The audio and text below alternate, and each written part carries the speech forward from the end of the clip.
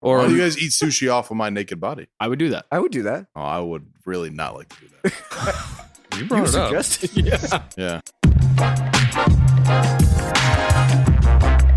Hey guys, this is Corey Merle, aka Johnny Disc Golf, and you're listening to Unstable Discourse.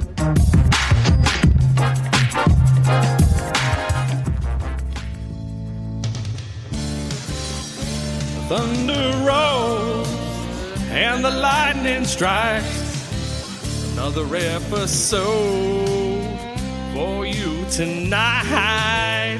Ryan, Alex, and Sean are out of control. Unstable discourse. The thunder rolls.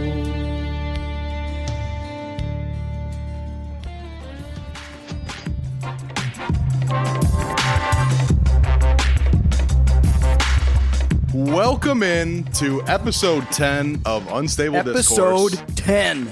It's Diaz. That's weird, man. That's crazy that we have done this 10 times 10. already. Double digits. We've That's done what she it said. 11 and a half times, technically. Yeah, But this is the even. 10th episode. Correct. And man, it's gone, I'll say it, it's gone way better than I ever thought we were going to do. Like, Beyond our expectations. Yes. one, 100%. I've had more fun with it than I thought we were going to, which I mean, I expected to have fun, but the fun level has been way beyond the response from people that watch or listen, I should say. Yes. Way beyond. Dude, it's just awesome Yeah. to have been on this journey so far. And we got a lot of stuff in front of us still. Yeah. I can't believe you Yes, we guys wanted me back after episode 3. Yeah, that's true. Isn't it weird to think back before Jason was a part of it? It is. I was going back. I listened to old episodes last week, and it was like we've come Something's so missing. far. Yeah. Like all of it. Like it's just so good, and having you on is awesome. And Thank you. I think it Yeah. brings Not the same without the it. Flava Flav. Yeah. I think my favorite evolution, aside from you coming on the show, was when you started doing the intros. Oh, The 100%. most like successful artists don't like to listen to or watch their own stuff, but I'm not that. So I listened to Me either. episode 6, 7, 8, 9. I've listened to just the intro like a bunch of times. I've listened to every episode just about the first 5 minutes a billion times. Yes. Yep. So you're killing it Something with wrong that. with You're y'all. killing it with that. Love it. Thanks, guys. This has been a totally different intro to all the other ones we've done It's so okay. far. But Feels great. We're doing it, man. Today is episode 10. It's the Golden Media Showers, as we have semi-reluctantly decided to call this episode. We're talking about... Speak for yourself. Yeah. Jason's level 10 excited. You don't about care. it. We're talking about disc golf media coverage.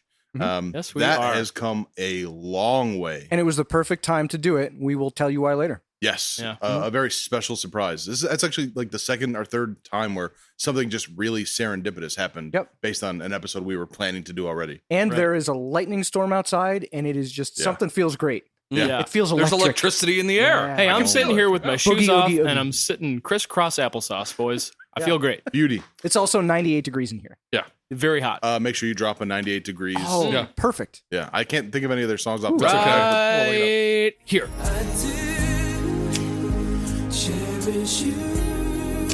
Perfect. Great. God, that And was it's great. also O-Town in here.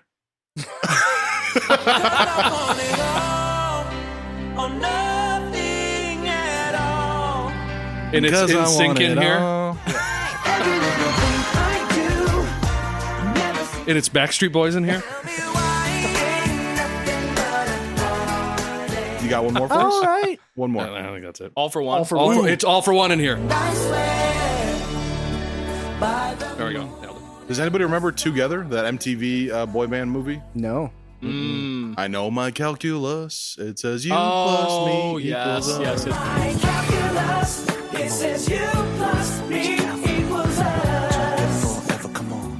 That's what that was called? Yeah. That had Chris Farley's brother Yes. in it, Yes. right? Kevin Farley. Kevin Yes. Farley, yeah. That poor guy. Yeah. His whole life. He's Forever down. no He's one not knows Kevin Chris Farley. He's Farley's Chris Farley's brother. Yeah. Kayla Visca put in those 2 courses, and there was an article about those brand new courses, and all it said was Paul Molitor's nephew.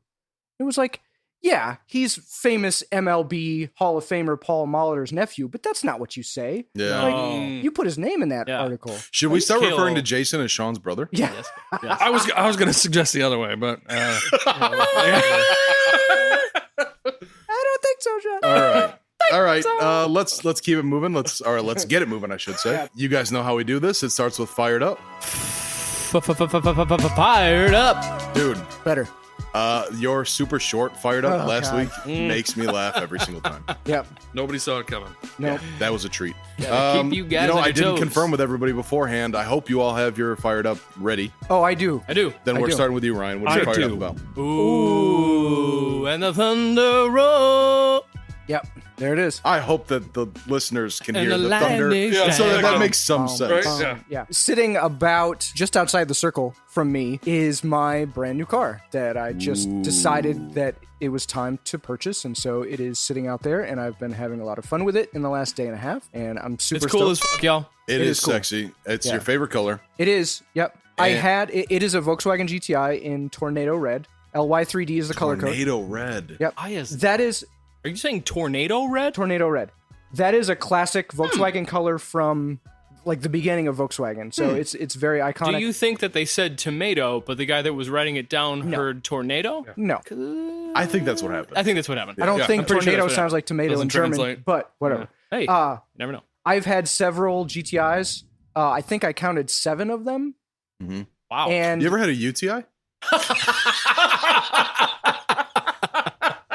got him.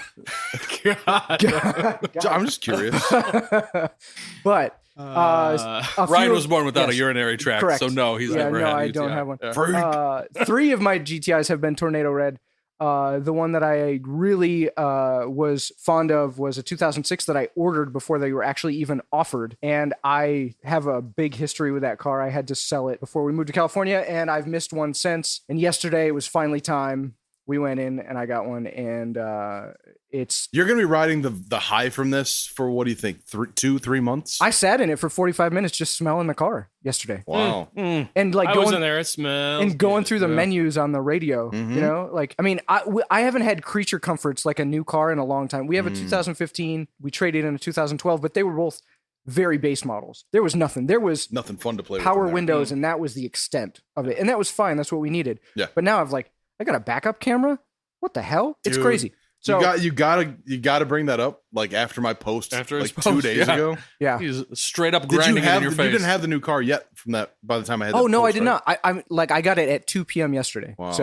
So I commented on how I have a Fred Flintstone style car that makes me turn around when first I world reverse. problems, right? And now you're just 18 inches away from me bragging about your Yes. backup camera. Ballin'. Correct. Yeah. Cool. And Ballin' on I've it. used it so like I don't think I'll ever turn around again. Like How that. big is your screen for your backup camera? I mean, it's the whole size of the radio, so it's like 7.5 or 8 inches. I don't know, whatever. And my massive transit van, Mhm. I have maybe from corner to corner, maybe 2.5 inches. yeah, it's the tiniest. It is the backup tiniest camera. thing. I have to get on top of my dash to even see where the hell I'm backing into. You need in like a this webcam to massive- point at the little screen, so you can put it on your phone to get a bigger view of the backup Correct. cam. Yeah, That's correct. Yeah. Yes. Yeah, that makes sense. It's a pontoon boat with a Game Boy for a backup camera. It's pretty sweet. Game Boy Color or- Wait, yeah, color, or is it the green and black like the original? Green and black, OG. Yeah? Nice. Ooh. nice. I have a little light that sits over the front. What was that called? Game Boy Light? Game Game Boy Light. Game yeah, Boy Light. That's what it's Yeah. called. Yes. They were accessories on that. Even bitch. those the screens when they were just green and black, they came out with a camera for that thing at one point, didn't they? Yes. There was a magnifying glass. were- You know. Their heart was in the right place. Yeah. But like Right. Yeah. What were they thinking? If you had all of I the don't know. accessories, it looked like you were putting in nuclear codes to like it was crazy. It was huge. I'm With sure the a lights lot and the of screens and grandparents all were terrified seeing Yeah. the yeah, kids exactly. play with That's why they did it. right. and all you Here were go, doing kids. is playing Put that Kirby. Game Boy down. Scare Grandpa. Why? It frightens me. Okay, let's move along. Sean, what are you fired up about? Dude, today was a long day. Fired up about all the things that we got done out here at Delhi today. It was a long time coming on a lot of these projects, and there's so much planning that goes into them. So when it culminates and we can actually get things done, it is like so amazing. Oh yeah. We got the tiered green started. Elite Landscaping came out and did the tiers on hole one's green. Mhm. Myself and Steve Schumann and Jared Gardner got B pins in for holes 2, 3, and 16, and T sign posts in for holes 7 and 9 long. So we got Ooh. like a bunch of It's stuff a lot, yeah. off of the list today. So just super excited for all that stuff. It was Everybody awesome. should be excited about that. That's Yeah, not I mean just- that's not and a that Sean is thing. that's exactly it. that stuff is only possible because of all of you listeners and everybody that comes out. Seriously, thank you guys all so much. It's yours. You built this.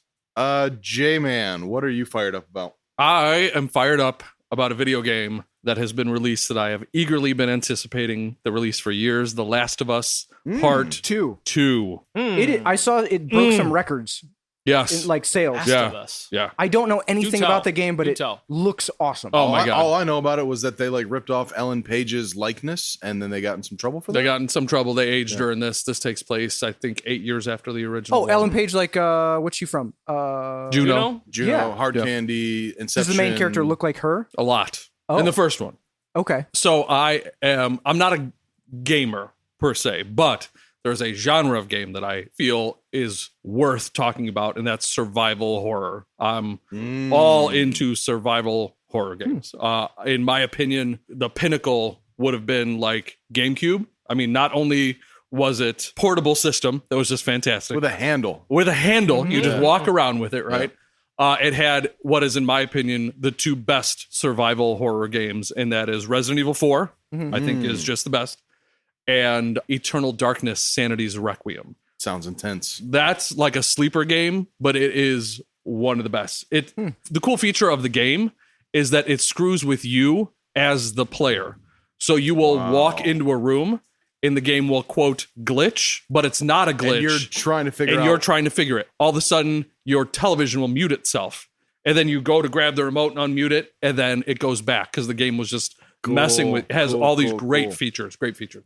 So because of that, I got super into survival horror because those games just kind of hit it a right spot for me. So The Last of Us Part 1 for the PS3, loved it. Is that what that genre is? I didn't know. I thought it was just okay. Yeah, you're surviving the zombie apocalypse-ish. There's like this genuine moments of horror. of absolute terror. Yeah. In both of them. And I'm only so I got it for Father's Day. My girls pre-ordered it for me without telling me, and then took The Last of Us Part 1 PS3 game and put it in a bag with a post-it note that said 2. And I opened it up and I'm like, wait, what? And they're like, we pre-ordered it for you, so we can go and get it right now if you want. And I was like, why are we sitting here? Like, get your damn shoes on. Let's go. Awesome. So Cool. yeah, I went up to GameStop, picked it up. I've played it. It's fantastic. Really enjoyed it. I have a recommendation for you. Actually, a friend of mine has been really busting my balls about playing this game, and I've played it a couple times. It's not really my cup of tea, but it has scared the shit out of me multiple times. It's called Dead by Daylight. Dead by Daylight. Okay. So you play. It's called Street Fighter You're 2. either Yeah, that is. you either play the role. You either play the role of a survivor or like a killer. And if you're the killer, there's like 3 or 4 different people. You're in like a little scary area, and Sure. you're just trying to hunt them down. Yes, and they I have to try remember to seeing escape. this. Yeah. And I've not played the killer, not interested. But as the survivor, your heart rate starts to go up if the monster creature starts coming near you. Uh-huh. And so every time that starts to happen, you're like, Yeah. and then he pops out, and it's intense, man. And Yeah. I play with the lights off, and I hate the game, but it's scary as hell. Yeah. Oh, that's awesome. And then I also wanted to comment on another part of that game you were just talking about, where the game messes with you. Yeah. It takes me back to playing Siphon Filter on PlayStation, and there was there was a boss who could read your mind, and like he would just always anticipate what you were going to do. There was like nothing you could do to beat him. And me and my brothers spent weeks trying to beat it, and we were convinced that something was wrong. Like, there's no way this is real. And we learned, I don't think we ever beat it. We learned like years later, you have to unplug your controller from the first slot and plug it into the second one so he Yes. can't read your mind. Yes. No way. Yeah. Yes. Yeah. Dude. Isn't that a cool feature? That's like breaking whoever the thought of fourth that? wall. Yes. Yes. Yeah. Wow. Yeah. Real I life remember video that. games. That's so good. Never in a million years would I have thought of that. Yeah. My dad Yeah. tried to help us beat it too, and he was getting pissed. Yeah, I bet. Yeah. That's so great. So yeah, that's pretty wild. My fired up for this episode is the Disc Golf Chicago affiliate club program that we are kicking off. Yes. I didn't come up with the idea, actually. Tyler Kennelly, who runs the Gentlemen's Club Disc Golf Club, he reached out to me, and he actually had a bunch of ideas. And one of them was the idea of co-branding with other clubs. And I took sort of the meat of that idea, and I tweaked it a little bit. And basically, You tweaked the meat. I tweaked the meat. Okay. Just a little bit. We've all done What'd you do it. after? Since we have this website that gets Googled so much when people are looking for a place to play and they're new to Chicago or they're just visiting, I want a central hub where everybody can see all the clubs that are anywhere near Chicago, what those clubs are all about, help people figure out if you aren't in a club yet, where should you look? You know, like what courses should you look into? And basically, it's a tool to help more players who are at that sort of chucker level take their game to the next level by getting involved with a crew.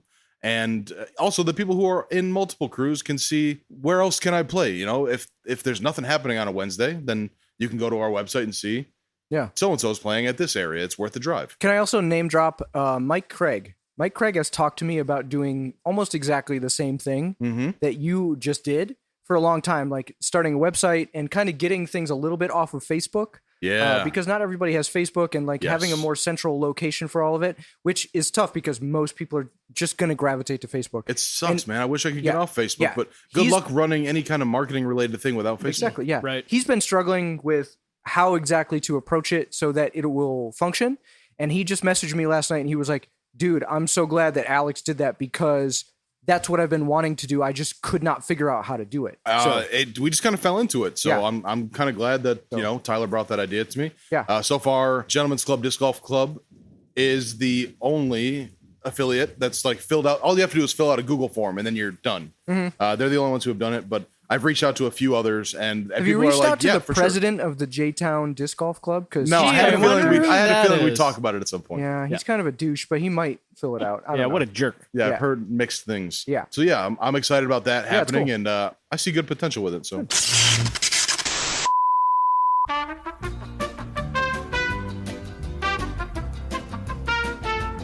So we just took a quick break. We had to figure Collect out our thoughts. who won the caption contest. Correct. And we're talking, and the loudest noise I think any of us probably have ever heard happened right outside the shop. Yeah. Lightning just struck a tree. The closest tree to the shop. So maybe 20 feet from us, 30 feet at most. It was 20 feet out the door. inside It's circle 20 two. feet away. Inside circle two. 40 feet away. Circle 2. It hits the tree. We all shit ourselves. It obliterates some branches. Wood chips and leaves come flying into the shop. Correct. Because all the we way have up the to our back feet. door open. Yeah. The back door's open. That's what she said. And it killed the whole recording. Like, Yeah, We have no evidence of this, but you have to trust us because this just happened. It totally happened. The audio equipment all shut down milliseconds before the lightning struck, so there is no audio of it actually happening, which is Insane. sounds like a conspiracy, like some kind of Yeah, alien right. bullshit. Yeah. But that's actually what happened. Yeah. well, we at least have video of like the wood chips on the ground. We and, do. The sky's all crazy orange. I think everybody's like got a little bit of the jitters right now. Unbelievable. Very much. That was insane. Crazy. That It was was- a moment. Yeah, Sean said it best. Like, it was so quick that we didn't even have time to react scared. I wish we were still live when it happened so I could watch us get scared. Yeah. But I'm glad no one else saw me I'm do totally my stoked like, nobody needed to Turtle. see that. Yeah. I did a turtle move. I pulled my Protect your neck neck. in. Whew, that was intense. Wow, that was crazy. Yeah, but we're back. Everything's working now. We're back on track, and we left off with the caption contest. Caption winner. contest. So let's start by going over some of our favorites. Yeah. And then we'll get to the winner. Okay. Ryan, what was your favorite you saw? My favorite caption for the photo, if you haven't looked, What look is the at it. photo? Tell us about the photo. The photo is of Sean with a McDonald's bag in the foreground, but Sean has a look of elation on his face, looking slightly up and to the left, his left, and it just looks like he is in a moment of zen. And it was a great photo. My favorite caption, I need to find it again, was from Mr. Dick Pilch, who is actually Matt Pilch. He said, "Sadly, the guy under the table wasn't as excited," which is exactly the kind of comment we were looking for. That's so that the good was, stuff. yeah, that was. There's some great submissions. Don't get me wrong, but I felt like the most obvious one was missed, which was somebody should have made a caption about how Sean was sitting on the stool upside down, or like when the stool's upside down, or Correct. something like that. Yeah. I That don't even would've been- remember making this face for this moment to have become a thing. But I don't know that it was a glad picture. that it did. I may have pulled this as a still from a video. I'm not. I don't even know where we got the picture. Well, it's phenomenal. It was great. My Alex. favorite runner-up. It's from my brother Nick. He said, that face when you learn that 10 years ago, Alex ate 10 McDoubles in less than an hour, and now he has to explain himself on the next episode. Continue, please. Well played, Nicholas. It's not well that played. funny of a caption to the picture, but the situation's funny. So back in college, a friend of mine called me out of the blue. I hadn't heard from him in a long time, and he goes, "You think you could eat 10 McDoubles in under an hour?" And I was like, Initially, an you're hour? like an hour? Of course. Yeah, totally. Easy. And then my other roommate was like, "No doubt, of course." So we made a bet. We'll go get 20 McDoubles, and we'll both see who can eat them faster. All you win is you don't have to pay for the McDoubles. Sure, that's fair. So not really a worthy pursuit. Wait, how do you In how do you college? get them if you didn't pay for them? Well, like, the other person reimburses you for your Reimburses you McDoubles. for This their- was in college? Okay. Yeah. That's a big deal in college. Oh, Sure. man, we were stoked. And, Yeah. like, we, of course, It's a did the month's worth of food. Yeah. we did the ceremonious, like, we got as not sober as we could beforehand to build up, Perfect. the munchies. Perfect. And I swear I rolled through the first 5 McDoubles in like 3 minutes, and then I hit a wall instantly. Yeah. And then the next 5 took me about 40 minets. Like Yeah. No every way. single bite was sinking deeper and deeper into this depression. It was like the saddest I've ever felt. Be confident. That's what I'm envisioning. Oh my god, it's so funny.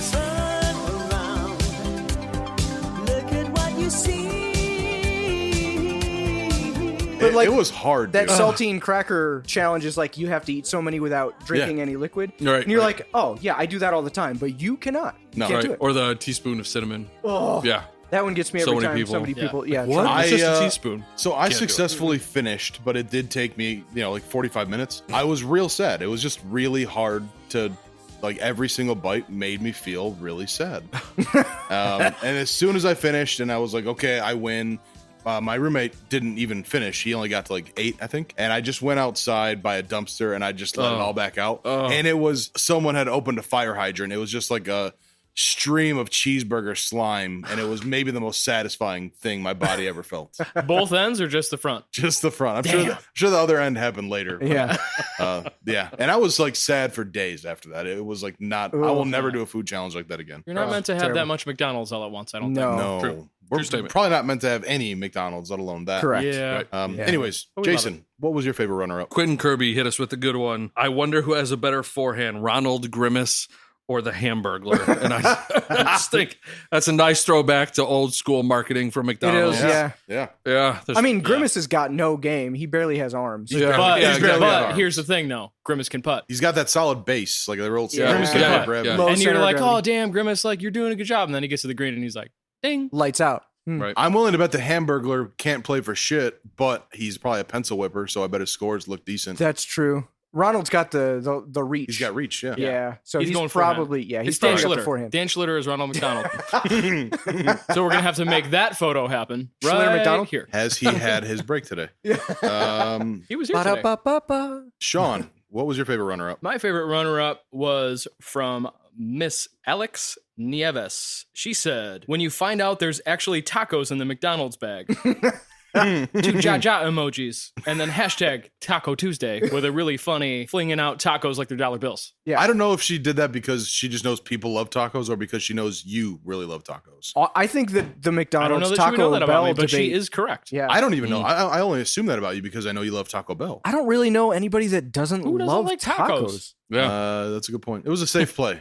All Good day, play. Yes. every day.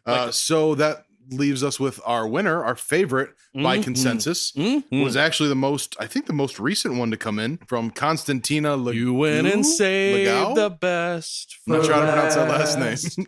But her caption says, Sean about to blow special sauce all over the mic. Then there's a mic emoji and a burger emoji. And a burger emoji. Yeah. And That may be the best part is the 2 emojis at the end there. Yeah. It's just like, who is this so very cool lady who made this very funny comment that I don't know, and it's a sexual reference? I'm in. Yeah, right. Yeah, exactly. I'm in. Yeah. We're best all friends. the key moments. No yes, brainer. that you need. Yeah. it's like exactly what we were looking for. Yeah. It's touching on the right elements in Very the picture. simple. Hilarious. Yeah. Short. Straight to the point. Good work, Constantina. You are going to win the prize from this week, which is the Castaplast First Run K1 Lots.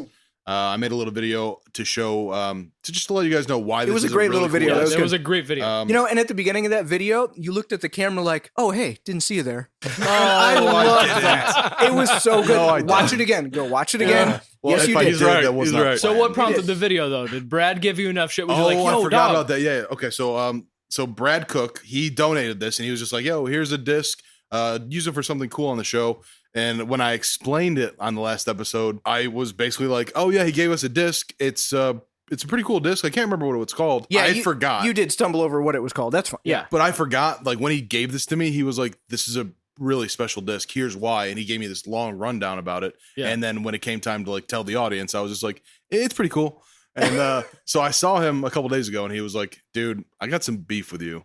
And I'm Nice. like, why? And he's like, you did not explain anything that I told you to explain about the disc. Yeah. So I made a little video just to Good. make sure people understood what they were playing Oh. for. It's cool. Brad Cook. Constantino, we'll get this out to you as soon as possible. Bear with us. I don't know when that'll happen, but we'll get to it as soon as we can. Yeah. Thank you for everybody participating.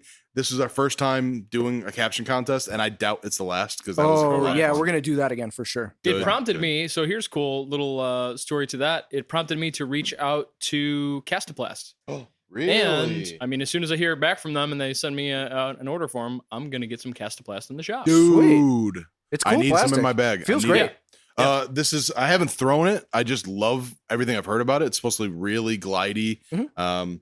And anything Swedish is glidey. I don't know That's what what it I've is heard, about yeah. the plastic over there. Brad is a serious player, by the way. He's like talking about playing open, if not this year, then next year. Good. And he swears by it. Every time he recommends a disc to me, I buy that disc and my game gets better. So From memory, and tell me if I'm wrong. Does Brad have like a little slow swing to his putt and then a quick little wrist? kind of, yeah. He like reaches out and he pulls it in real slow towards his Yes. like stomach, Like a slash slow chest, wind up. and then he shoots it out. Yeah. He's a fire putter, man. Yes. He's good. So yeah, thanks again, Brad, and Yeah. thanks everybody for participating. That brings us to another really special thing on this episode. Yeah. Sean, you know the scoop here. What's going on with these gifts? So gift number one is from Can we- Mr. Yeah, pass it down. We'll Can put we in show front it to of the camera. there it Tim is. Blair. Tim Blair. Awesome dude. He came in here and he said, I have a gift for you guys. It's Christmas in June. And when you open this, you're going to be like, oh my God, how have we not had this? Or like, how did we not think of this? And I was Yeah. like, how could all of that be in this tiny little box? That's what she But said. It is what she said. I have no doubt that Tim brought us something very cool. So we're excited. And we have to waited open almost that a up. week to open this. Correct. The other gift is for Jason from Sheila and I for his birthday that we didn't. 54, 50, Yeah, 50. 3. Well, you were born in 46. I was born in 1979. barely post I am depression. 41 years old. You don't seem to have a sense of humor about this. I Are am you- not how, the how are you feeling oldest. about your age? Honestly, I'm gonna get into. He's 13 years You old gonna and cry, a dog? 41-year-old. I'm gonna get a little body. deep. Don't okay? cry. Oh my Please god! don't cry. Get the Honest to God, get how the I feel unfadable tissues. about it. It's completely irrelevant. Absolutely. All it Good means job. is I have existed while this planet rotated around the sun 41 times. That doesn't mean anything. That doesn't mean anything. Listen, I felt the same way for forever until I married Liz, who like makes a big deal about her birthday. She loves it. Mhm. And she sometimes tries to make me have plans for like 3 weekends in a row around her Oh, yeah. birthday. Yeah. Well, that's how it works. We have neighbors like that. It's birthday It's week. birthday month, Yeah. right? Actually, her birthday's coming up in like 10 days or so. Ooh, Oh, well, get on it and- now. Yeah. Yeah. I'm on it. Don't Yeah. worry. All right. But anyways, I was the same. I was like, don't do anything for me. It's not a thing. I don't really care. Since she has shared her perspective with me, my feelings on birthdays have changed. And now I think anybody who has that opinion of birthdays is cheating themselves. Like it's the one day a year where people get to be like, dude, you're awesome. Let's just celebrate you. And like, everyone should have that. Ugh, I hate it. I know, but it's like, let it happen, dude. Just let the fun stuff be fun. But when you ask for that the other 364 days a year, it doesn't. Again, it You know doesn't what? matter. Maybe it I stems. always want Yeah. I always want everything to be about Maybe me. it stems from like So it doesn't matter. I'm not saying anything, about my parents or anything like not celebrating birthdays because we did. Yeah. But like I've never done anything fun for my birthday. Like What? I was never. Like all through In 50 years, you've never. very funny. So like all through college, which you're thinking, okay, college. But I was in like a choir and like, singing competitions and all this stuff. And my birthday was always over spring break. And it was always like while I was on tour. And so never anything happened. Like high school was never a big deal. Like put that on the to-do list. Yeah, Ryan's getting a please don't sick do that. birthday next No. year. You're going to hate it, but then you'll look back and be like, thanks, guys. I'll hate it. I don't care for the attention. It doesn't. I feel don't do you. it. I'm not big on the attention either. Nah. But Yeah, I get it. if somebody wanted to Nonetheless. do something super cool for my birthday, I'd be Sure. like, all right. Right. Then you're in. Yeah. Right. The Yeah, yeah. exceptions You're not are- going to shy away. Actually, you know what? The coolest thing that did happen, I'm sorry, 2 years ago, Sean showed up at my door at 7 a.m. on I think it was a Monday. He was like, get in the van. We're going to play disc golf today. That's pretty great. And we went and played Rolling Knolls with Cy and Yes, we did. Samwise the Brave from London. Yes, we did. And like we had a great time. And it was totally unexpected and it was great. And we had Firehouse subs for lunch Firehouse and like subs, so good. and we went to That's- Fairfield. That's totally legit. It Fairfield. doesn't have It to be was a big great. party. It No, just it has to be doesn't. like the But- day of your things. Like, Right. And that's fine. This year I changed my birthday on Facebook. So people weren't like yeah. people from high school weren't like, "Hey Ryan, I haven't seen you in 24 years. Happy birthday." Shut up. I don't want that. Yeah. You're like, I get it. you know. I get that. And then So- I still got him on his birthday this year to come out of his house, and I met him over at Avery Preserve, and we played We 9 did. holes. Even though we weren't And I supposed gave to. him a Big Z XL. It's still did. sitting in his trunk. Nope, it's not. It's on my shelf with all the other discs. Do you love it? No, it's a Discraft disc. I love the Son of a disc. bitch. I don't love the mold, Sorry, Paul. but I love the I disc tried. because you got it for me. It's memorable. It'll All be right. on my See, shelf it forever. doesn't have to, like I'm saying, it doesn't have to be a big thing. It just, like, it's worth letting yourself enjoy when people are trying to acknowledge it. Yeah, I guess. Especially if it's like that thoughtful. Like, it's just your buddy who knows you love disc golf. Like, we're going to do that thing you love to do today. Yeah. That's f***ing awesome. That's great. I don't need like 100 people on Facebook recognizing it though. no, that's what I don't like. I agree with that. Yeah. No, I get that. I guess maybe I didn't phrase it right. Like I respect and appreciate the happy birthdays but I just don't wake up like finally it's June 16th. It's my day. I'm got like So let me I'm not tell a you what I cartoon do. version of myself. I don't like I'm the same. turn into Mickey Mouse and the sun is smiling down at me on my day. Like Before that's not I happening. got married, every year on my birthday, I looked forward to it not because it was this big special day, but I just had a little ritual. I would go disc golf. I would take my dog, AJ, Alex Jr. He has the same birthday as me. Mhm. So I would take him to go pick out whatever toy he wanted. Mhm. And then I'd bring him home. Then I'd go to the movies because my birthday's on Earth Day. So I would go see the Disney nature movie that like they always come out on Earth Day. So I would just go to the movies by myself to watch Aw, that. that's cool. And then like, get really baked later. And it was like just a bunch of things that I really like to do that it wasn't a party or nothing. It was just like, it's a me day. I'm doing all the That's- things I like to do. That's what I would like. That's what I would also like for my birthday. Yeah. Sheila, if you're listening. All right. Got So let's start with the Jason gift, and then we'll do the Yeah. group gift. Yeah. All right. The wrapping paper is killer too. llamas. This has got Sheila wrapped this written all over Sheila it. Yep. Callahan. Get all the audio, Are you please. getting all the Get audio? up Oh, in it's there. it's all there. Get up in there. It's hitting all the reds. It is Oh yes. a puzzle, a 500-piece puzzle of a house, a mountain, and some birds. That's the title of the puzzle. Let me see it. A house, a mountain, and some birds. That is Does it say and some birds? fantastic. It looks like it's already open, and she's probably stolen some pieces out of it. Why I don't you, would- why don't I you would go ahead only- and check? Relax and assemble this beautiful nature scene. You deserve it. Oh, geez. Son of a bitch. You guys knew this was in there? Game. No. Oh, God. Yep. Oh, we got him. Got him. It is. There's a nice note inside, and on the back of it is the Dong Dude. The who dong has dude. now made his I fourth wa- appearance on an episode. My I guess believe. is that the puzzle is not a house, a mountain, and Fantastic. some birds. No. No. There's Is it a puzzle, man? Oh, yeah. Oh, my oh, God. the puzzle is Dog Oh, yeah. Dude. Oh, Puzzle my God. is Dong Dude. Are you gonna let your daughter help you put that one together? No, I'm gonna put it together right now. So you guys have a good rest of the podcast. This is where I sign off. I'm Jason with Bag of Tricks Entertainment. Have a good night. Brilliant. Well done. That's Sean. Well done. fantastic. That Good was- job, guys. That was all Sheila. All Sheila? That Oh, was well done, I'll take Sheila. credit in the fact that I thought it was amazing, but that was all Is Sheila she comes Oh up my with all God. the genius ideas? No, pretty much, dude. Pause. Pretty much. Pause. Pause. Oh my God, he's going to cry. Nora is concerned that lightning can get into Sean's shop because there is a door that opens really easily and doesn't have doors. My daughter just predicted the lightning strike into the shop. What was the timestamp That on is that crazy. Viber from your wife? Oh my God. Are we sure we're not dead right now? Are we dead? 8:47. So How it many was people are watching after this? the lightning strike, but Nobody. she's not watching this. No, there's 5 people watching. There was 9, I think, at the most. Wow. What? That is insane. The How? What is going on? We're dead.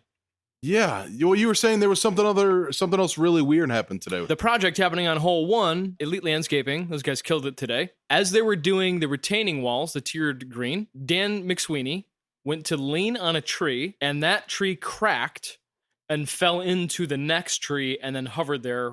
And some of their other guys, their crew, were below that tree. So had there not been that second tree to catch it would have. it would have fallen onto their guys. And then they had to spend like the next hour or so managing getting this tree back upright so they could lay it back down, and then they cut it up like it was no big deal.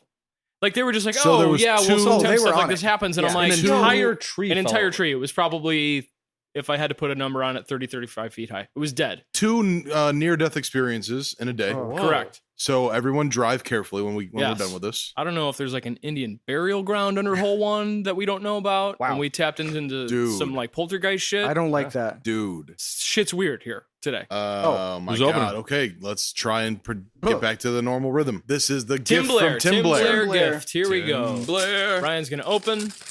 It is. It's an got a Amazon card. box. There's Oh, a there's a card. card. Let's What are open you, it a up. Neanderthal? It's Yeah, got but a card. No, no. Come on. I don't check for Jesus. cards. Oh, he doesn't like birthdays, guys. Yeah. Hang on. Let me open the card first. I know. Just getting prepped. Tim and Sherry Blair. They even have it like, what is that called when the letters of their first Inscribe. Prescribe. Emblem? Anagram? And scribe. Monogram. There There we go. go. It's a monogrammed little card from Tim and his wife, Sherry Blair. Unstable Discourse crew. Sean, Alex, Ryan, Jason, Merry Christmas. A little early. I saw this and immediately thought of you guys. Aw. Enjoy. Thanks for all you do and keeping life fun. Oh, Tim. Aw. That's so damn sweet. He is such Oh a my sweetheart. God. He really is. Dude. You want a quick Tim Blair story? Yes. How about a quick one? We need it. We need it. One of the last times, this was at last year, maybe it was King of the Canyons, but Machete Guy made an appearance. And I'll never forget this. Machete Guy made an appearance, came Are you down. talking about Danny Trejo? no.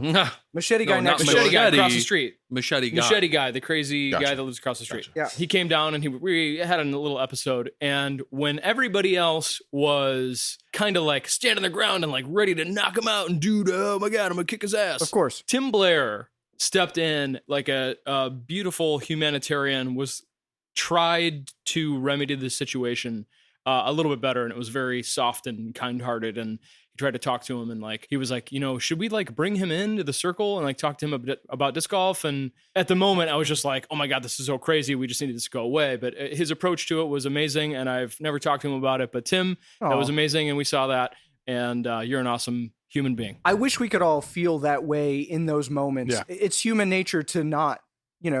escalate. You have to train yourself. Right on, dude. Yep. Yeah. That's Very awesome. cool. All right, well, Let's see what's in the Let's box. open this up. Okay. What's in the box? What's in the box? Oh, okay. It is Oh, close up on Ryan's face. 6 pair of casual crew socks featuring The Office. Oh my God. Tim. We are going to have to fight over these. I already see Dwight's face on some of Let them. me see. Let me see. Oh my God. Wow. Wow. Tim, dude, you killed it. There's a Michael pair. Who's When going to we fight play the over the funk. last two? We're Which We're two gonna have of to have a us are gonna contest. get two We're gonna have pairs? to have Yeah. some kind We're of gonna, contest. or we're just gonna every time you wash So- them, we rotate. Just rotate. Yeah. Yeah. Doesn't need to be a contest. Dude, Sure. that's incredible. Blair, Exchange the most socks. thoughtful listener I think we might have. Wow. Yeah, maybe. Yeah. Yes. So now it's Joe Moore and Tim Blair. So okay. Hey, we have two, guys. We got two. We've got All two. right. We got two. Come on, we got We're well okay. on our way. We've taken another crazy diversion. Let's get to the Callahan calendar. What do we call it? Callahallander. Callahallander. Callahallander rundown. The Callahallander Rundown. Here we go. Love it. Brought to you by discgolfscene.com. Just kidding. Not really, but hey. Oh, Sound Visit like their website, An you know what I mean? AM, an AM radio. where all the tournaments jockey in are like at. the 70s. Lockport Lockdown, Saturday, Sunday, June 27th and 28th. That's tomorrow. yeah, we got an early MA3, morning MA4, FA1, FA2, FA3, FA4, whatever the women's divisions are, Yes. and the age protected. And yes. Yes. Last weekend we had that. Aaron White won MA2. So cool to see that. Haven't seen Aaron White in a long time, and really cool to see him get that win. Steve Ratchin won MA1. Of course he did. Yes, he did. Battle at Busch Park 2, Sunday, July 5th. 38th Illinois States, Saturday and Sunday, July 11th and 12th. So excited to see that happening, and we're doing tea times, and I'm so excited for that, to be a part of that and help Jesse out, make it cool. Clash 4, Saturday, Sunday, July 18th and 19th. Clay Track Classic 2, July 26th. We're going to have a crazy July, boys. Crazy July. Feather Friendsdemic, Saturday, August 22nd. The Funk, my first sanctioned tournament as a player in 4 years. And I'm going to wreck you. And I'm going to come after you, Mitch DePiro. I'm coming for you, brother. I'm gonna wear. Hell no. I'm gonna wear some of those socks on. Ooh, yeah, we have to wear those socks for the Funk. So Funk, Sunday, August 23rd, right the day after Feather Friendsdemic, which that'll be a crazy weekend. And then getting back into league. So on Mondays, Alex, Seminary, Disc Golf Chicago, KLM. That's me. That's you. He is going to be out there running singles on Mondays. What time, Alex? 6 o'clock, register or sign in, but by any time between 5:30 and 6. We always aim to tee off as close to 6 p.m. as possible. So last week we had, I think, 13 people show up, but that was amazing because it was about to thunderstorm, and we had lots of people saying they were coming, and then there was no reason for anyone to come. Yeah. We should not have played, but we did play. Yeah. And it rained the entire round, and God bless everybody who came and played through the whole thing. And next week the weather will be better. I promise. I guarantee it. No, guarantee. There's no way that could go backfire on me. The Callahallander guarantee. Getting back to the schedule, leagues. Thor is killing it out at Trinity Links. Tuesday nights, he is doing the Accuracy League. Alex, have you been out there No, at all? No, Ryan? We need to get out there. We need to go check it out. Yeah. I believe it is a 9-hole loop that you do twice. And I there's think you a can ring. pay to do it as many times as you want. Is that correct? Maybe not. I don't know. Some of the comments made it sound like you can go again. Yeah. I don't know. But either way, a different format, Accuracy League. You got to get it inside the paint. You know, I mean, you got to get it inside the circle. So that's really cool. I think they're going to add some smaller circles or some bullseyes or something. They were talking about that. That definitely developing into a very cool thing that maybe a lot more people do. Yeah. And then Wednesday night over at Trinity, Thor is also doing doubles. This is all because J-Town Handicap League on Tuesdays and J-Town Doubles League that happens on Wednesdays haven't been happening. So Thor Bachelor stepped up and said, hey, we'll do it at Trindo. And they're raising a lot of funds over for Trinity as well through all of this. So it is incredible. And that is your Callahallander rundown. Can I say that is the only way that Trinity happens is through fundraising. So and through the backs of our dear friends, Leo Borowski, Thor Bachelor, all those guys over at Trinity. Twan, Lefty, Tom M. When you go play and we love you. Give them that money, that's what you're paying for more disc golf. You're paying for Trinity to become better and better. Yes. And so please do that. That makes me want to mention part of the buy-in when you come to our leagues on our events on Mondays for the next couple of months. I think we're going to run this until September. $2 from every buy-in goes into the Chicago Course Fund, which we're using to help further our mission to bring a course to Chicago. So we're going to have enough money to buy 9 baskets is the goal. I don't know how much we need, but I have a feeling, Sean, you can help me with that. I know a guy. See, I had a feeling. So yeah, part of what you're buying in is to help bring a course to Chicago. Boom. All right, then Callahander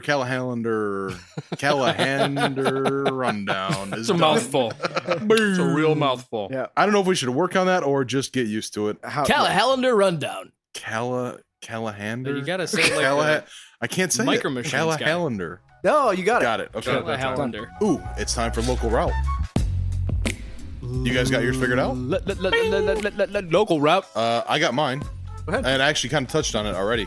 I am shouting out for my local route, Mr. Tyler Kennelly, who is the gentleman that started the Gentlemen's Club Disc Golf Yes. Club. I think he said he started a couple years ago, and I've not met Tyler in person. I feel like that's been about He's been in the shop. I've met him. Yep. Yeah. He actually sent me an email through the Disc Golf Chicago website, which every now and then I get emails through that thing, and I love it. So yeah, he reached out just saying that he had some ideas. He wanted to help. He basically presented the affiliate club idea, and he wants to help with the mission of bringing a course to Chicago and help grow the sport.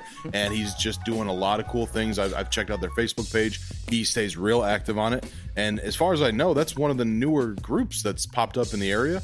And every time I see that, I want to shout out the person who's doing it. So I spent probably a half an hour on the phone with him, just kicking ideas back and forth. He's full of good ideas. He's like articulate. He communicates really well. I am excited to work with him on whatever, because he just seems very capable.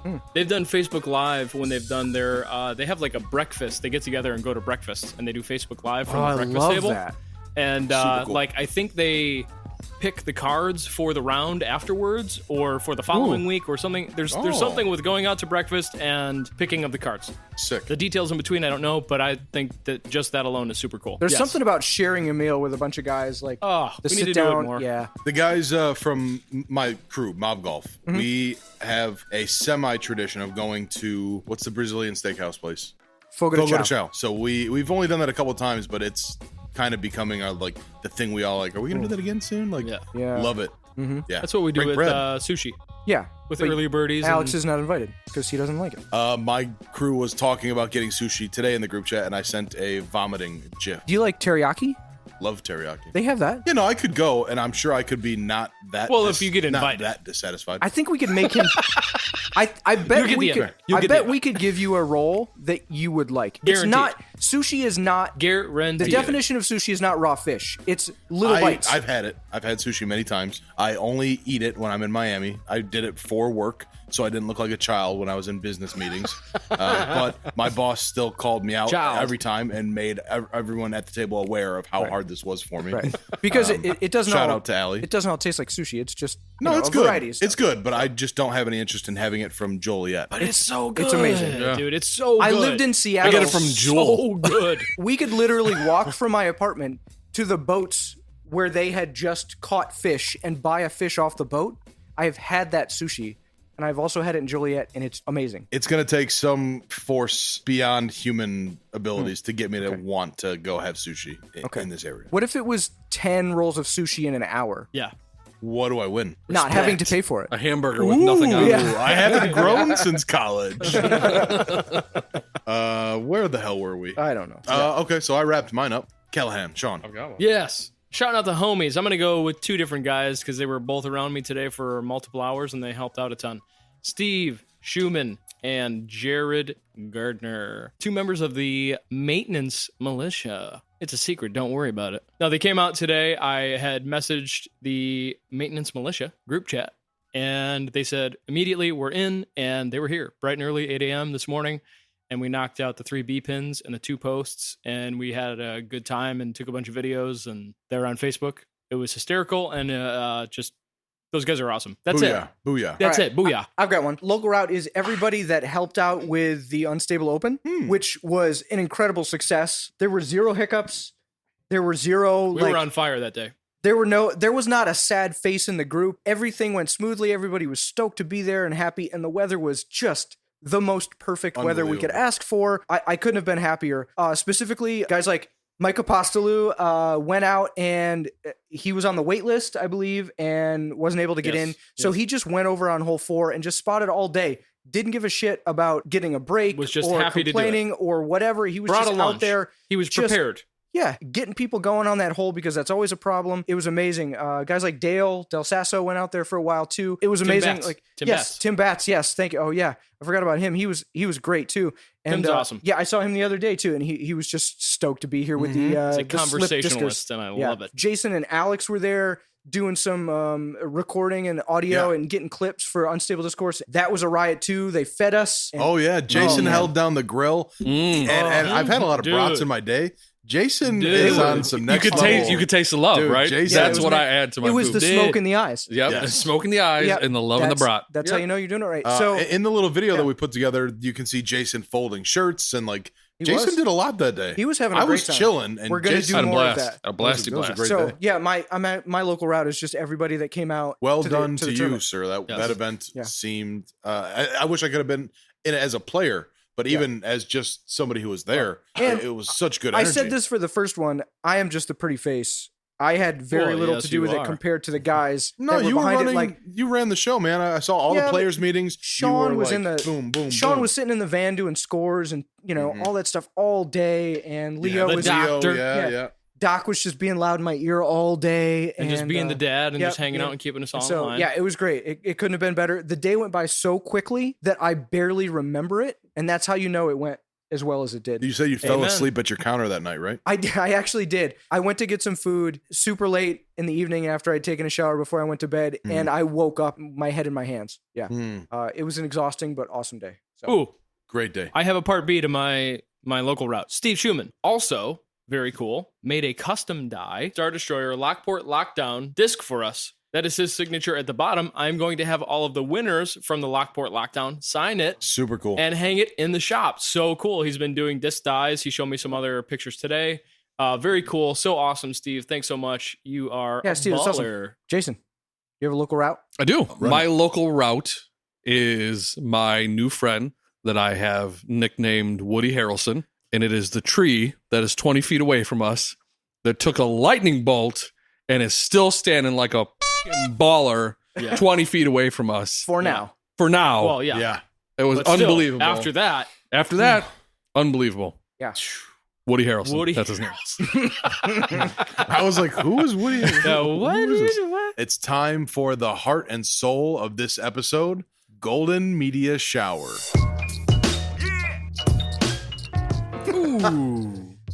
It's what you think it is. Well, yeah. That's kind of what you think it is. We're talking about media coverage in the disc golf scene. I think we came up with the name because meteor shower, and Yeah. somewhere along the line, golden shower got brought into it. And Sure. Pretty organic to eventually and Yeah. lead in that direction. Sure. don't ask us where golden shower came It from. may have come up in a conversation as a joke, and then Jason wouldn't let it go, and so Yeah. now that's what it is. When something's perfect, you don't just leave it alone. Yeah. Feels good. Anyways, we're gonna talk What about feels good?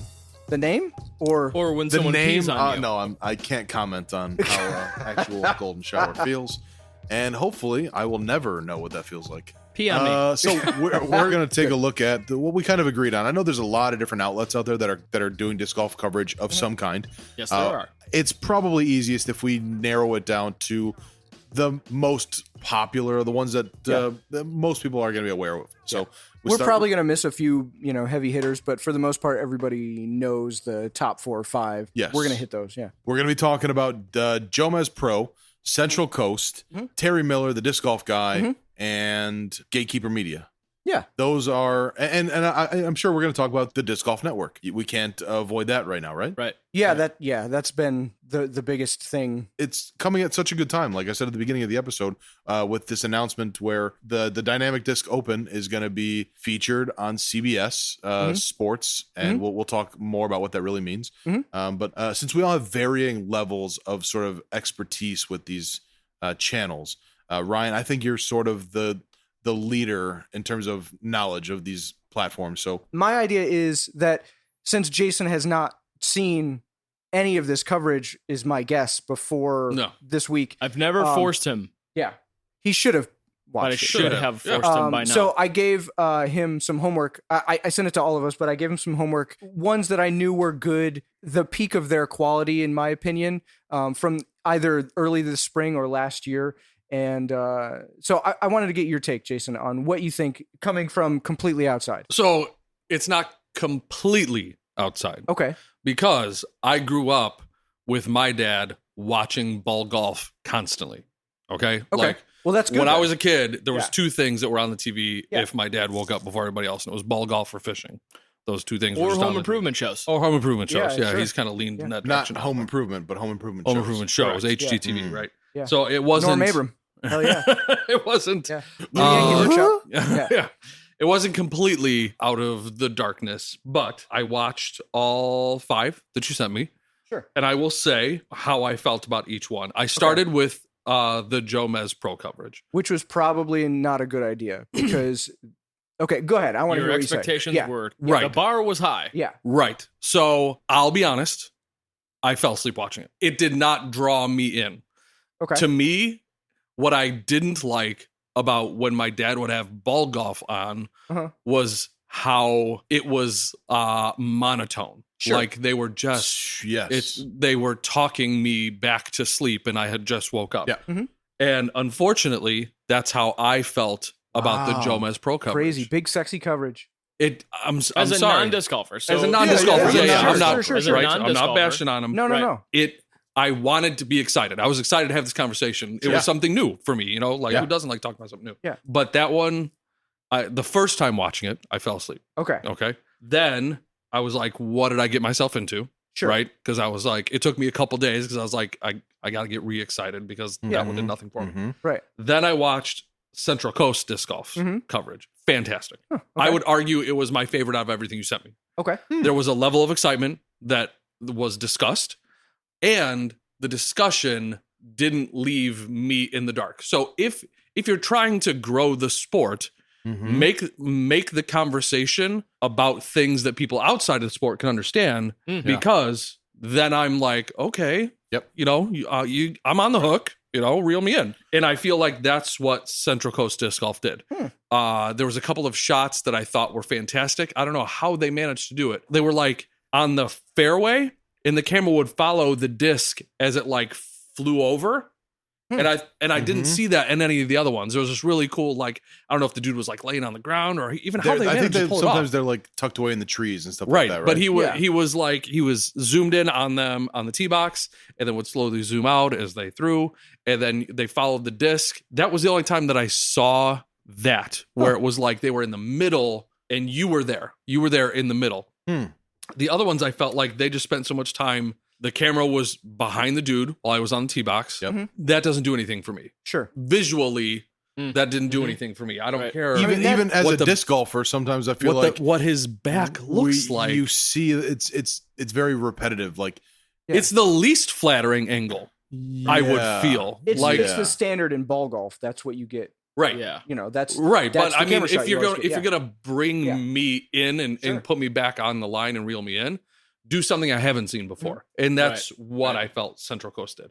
I like that aspect. The other one that I really liked was Gatekeeper, because they seemed to have like two cameras set up. So there would be the guy on the tee box and he would throw, and then it would switch to somebody by the basket. Yeah. And then you saw the fly in. And I really liked that as well. What I didn't like about ball golf when I was watching it was younger, trying to follow the ball. Like it goes up why into the they would sky, bother, and then you you'd get that like shaky cam shot while they're barely. Yeah. What? No, I don't need to follow the ball. But I feel like that's a big difference in disc golf versus ball golf. You want to follow the disc. Yeah. Their colors, there's a reason that they they're a do lot that. bigger, Otherwise, it's a lot all easier. discs would be white, right? There's a reason Yeah. that they've done that. And I liked the way Gatekeeper kept my attention on the disc as it flew. I thought that was a very cool aspect, so I will give them that. Let's see the other one that I watched, the Disc Golf Guy. He was probably my third favorite. He was a little bit monotone, but he would occasionally dial it back up. And when he thought he sounded too much like ball golf announcing, he became aware of it, was like, okay, I need to spike your interest again. And he would like do these like inflexes in his voice that I thought were enjoyable. The coverage was standard, but he kept me interested, which was good. I'm not naming them in the order that I watched them. I'm naming them in the order that I was interested in. Fine. But the other part of it that I found very fascinating was I went to school for graphic design, and I still to this day gravitate towards anything design-wise. Wherever I can have that conversation, I enjoy talking about design. And so the graphics on the screen played an important role for me Sure. to keep me interested. And I took some screenshots of each of them as they went. And the one that I thought was best, who does the graphic of the overhead on the left? So I think Terry Miller was doing the commentating, but Parsave Productions was filming that. Yes. Okay. That was fantastic. Yeah. Like Yes. I Definitely don't agree. necessarily need to see like a drone flyover. Yeah. But just a graphic of Right. what they're attempting to do Yeah. I totally agree brought with me into it big time. Sure. Yeah. So I Right. thought that was very cool. The other graphic that I liked was, it's corny. It was so silly, but so I worked on the graphics at my college's news station. When I went to Eastern Illinois, and one of my good friends was part of the news department, and he knew that I was in graphic design, and they got the new Chiron, and he was like, why don't you make the graphics? And then I totally got into that portion of it. So the graphics for Central Coast with the players and their event score and stuff, I felt like I was watching ESPN. That I wasn't necessarily watching a YouTube channel. Like there was a level of like professionalism that I thought was really brought to the graphics there. That feels like a very good, you touched on something earlier that I've been dying to get back to. And now this is like, it's kind of, you touched on it again. Basically, you mentioned that this reminded you of ESPN, and you mentioned earlier that the commentating was a lot like ball golf. So the question I kind of wanted to pose to everybody is that what we want? Like, do we want the coverage of disc golf to be comparable to professional ball golf coverage, or should it be totally distinct because the culture is distinct? Or how do we differentiate those two things? And like, because where my head's at is golf is inherently a tough sport to watch, but it's hard to make it exciting for a viewer.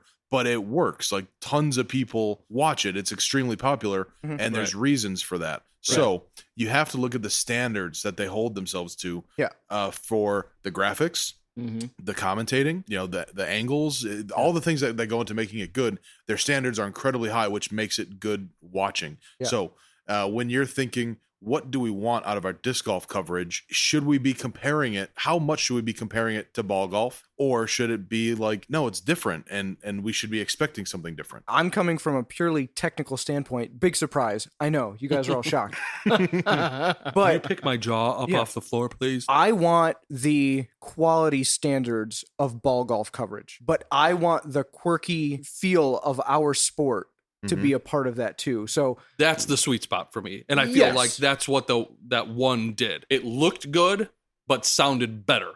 And that's what I enjoyed about it. That's Central Coast? That was Central Coast. Yeah. Okay. Yeah. So for me, quality wise, like Jomez is obviously like the highest quality because they've been doing it long enough, and it's not been decades, but it's been years, and they've got a solid crew, and they have done it the right way for long enough that their quality standards are very high. So let me say this though, after getting re-excited, I went back and watched the Jomez coverage again and did not fall asleep. Okay. So I think that was just the wrong one for me to try to jump into. Yeah. Sure. I enjoyed it. I just think, and I think all of them have about the same video quality at this point or comparable. But it's obvious to me that the editing and the total quality package has to go to Jomez. When you see all the cuts are at the right point, all their graphics are on point, the music hits when a graphic hits. It's that little stuff that I try to do on this podcast. I agree. That is the same for Jomez. So like when a little graphic comes in, there's a little like whoosh, things like that. And it's just the polish that gives me the feels, when I watch it. And also, you probably don't know this, Jason, but they try their best to film the coverage that day and have that coverage available on YouTube, polished and ready to go the next day. That's incredible. Which seems impossible. It takes me a couple days to do this podcast. When you consider that the event lasted all day, they were filming all day, then they do all the editing, and then they have to watch it, and then they have to do their commentary, and then edit that. And all that happens under 24 hours. And so they generally do the commentary in the morning before the next round that second day. And they do by players who are going to be teeing off in a couple of hours. In some cases, Wow. And so big sexy commentary is Nate Sexton and Jeremy Colling. They're typically the ones that do Jomez coverage when they can. They call them Big Sexy, Big Germ, and Nate Sexton. Yeah. They are sometimes in a travel trailer with a couple of mics hooked up, or in somebody's house bedroom, or wherever they can find a spot, wherever they are on location before they go tee off the next day. The audio quality is always spot on. And it's amazing to me that they can do that and get that coverage out the next day and have that run 3 or 4 days in a row. See, that's incredible. I almost feel like I wish I would have known that going into it. I didn't want you to know that. now I feel a little differently that they It's okay. cram all of that into But 24 they are hours. all starting to do that. Okay. And so it's not just Jomez. They are all doing that. And I'm going to mention Gatekeeper because they are mimicking what Jomez is doing almost identically and catching up to Jomez at such a rapid pace. It's very unbelievable. quick pace. Like Yes. they are almost to where Jomez is now. And they've only started a few years ago. And they're doing the same thing. And they're getting great name commentators, players that are playing in these tournaments. And doing that. And I don't know for a fact that they do it next day, but it's within a couple of days. And that's just phenomenal. It is. It's the beautiful thing about that to me is when somebody comes out and they elevate the standards and everybody else has no choice but to keep up or perish.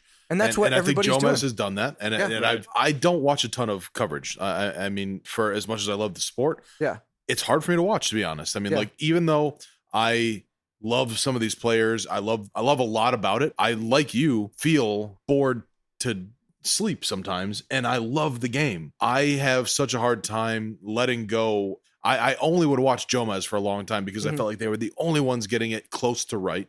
And now that you sent us this homework and had me check out these other ones, I was like, oh, wow, everyone's come a long way. And I have to think it's because Jomez is making them. I do agree with you with Ian and Central Coast Disc Golf. He brings a feel that I think we kind of have sitting here. Like, he's the homie we hang out with at the course while we're watching the rest of them. He's not the guy at Central Coast Disc Golf. He is a fellow disc golfer that like seems like a good friend of ours that's just talking disc golf. He's not the most well-spoken dude. I have issues with that. I don't mind that because like he feels so familiar to me. Right. That's the element of it that makes you go, oh, okay. Yeah, it feels super comfortable. It feels like disc golf, like feels like home. He starts talking super fast and like stumbles over his words sometimes and things like that, which hey, it's Ian Anderson. And right. Let's watch some disc golf. Like he does it super fast. And it took a while for that to grow on me. At first, Central Coast, I was like... But that's what's crazy, is it grew on me instantly. Like, he brought me there with him by talking that way. I didn't feel like I was being talked down to. Yes. Like, that's what I don't like maybe about ball golf commentating, is that monotonous, like, down your nose way that the conversation is being had. I think you get that with... I mean, the only other sport that I watch a lot of is the NFL, and, like, I think every commentator does that. Yeah. Oh, yeah. If you don't eat, sleep, and breathe the sport, you're an idiot. Yeah. And it comes through in the discussion. Right. Even like, there's when no they're time explaining... spent explaining anything, like why that is the way that it is for you, because, you know, you may not know because you haven't seen it until just this moment. Right. I'd say less so with Jomez because Big Sexy, I think, have hit the right chord more than anybody else in terms of professionalism, and they like embody the right vibe of the sport. They do. So it brings what I want to the table, but it's still not where I want it to be. Yeah. And I'm sure I should have a big like precursor here. I don't want to be like negative about any of this stuff because all of it has come so far in a short amount of time, and we're lucky to have it. So that's first and foremost. I don't want to be like bragging on this stuff, but like the number one thing that I have a hard time with, no matter which coverage I'm watching, is basically if we want this sport to be taken seriously, there's little things that just shouldn't see the light of day. And like the most recent thing that I watched was Paul Macbeth and Brody were commenting on, it's like the top thing on Disc Golf Network right now. But those two are commentating. It was Brody's first tournament, and maybe Waco. Yes, that's what I was watching. Okay, so Paul Macbeth is the best player. Brody is like the biggest personality. So I get why it makes sense to have them be the commentators, but the commentating to me is not good. It's just not. I can't imagine a non-disc golfer watching it and taking it seriously. Paul Macbeth is not a well-spoken dude. And that's what I'm when it comes to like coverage. Like he's a very intelligent dude and he's an amazing disc golfer. Yeah. He shouldn't commentate. It's just not his bag. And I get the marketing of it. Yeah, totally. It's Paul Macbeth, it's Brody. They're the two biggest names. Yeah, why not? And Brody was pretty good, actually. I think he did a really good job of striking the right energy, because I think energy is important, like Jason said. That's all he is a giant ball of energy. Yeah, and you need somebody who brings energy, and they're well-spoken, and they can teach you something about the game. So that's really hard to find. I'm aware of that. But I still have a hard time letting go of it while I'm watching, because all I can think of is like, man, no other sport would let this be their commentary. And that's why I had a problem with Terry Miller's. The coverage, Parsave Productions, what they did was great. Their graphics were great. The dual camera was great, just like you were talking about. They had that too. All the shots they had were good. The editing was good.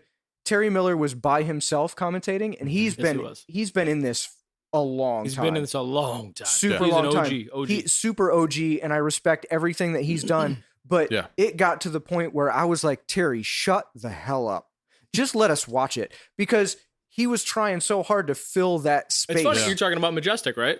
Yeah. I didn't think he did that bad. I thought it was the best Terry Miller I had heard in a while. I can't remember exactly what it was, but he was talking about, hey, you know what we should do is take the wind flags off the top of the baskets and make the 10-mile-an-hour one blue, but make the next one blue, and that's the 30-mile-an-hour one. No, that's the dumbest idea I've ever heard, Terry, and you know that. Why did you say that? And also, there was a point where I think he was doing some camera work with Parsave, and the camera fell over, and he kept it in. Like, he was like, oh, I guess I tripped, and the camera fell over. There was somebody who's so attentive to like that. Out. That must have drove you crazy. There was some Nico loud swearing in the audio that I was surprised was left in. Yeah. It wasn't no judgment against Terry or whoever edited it.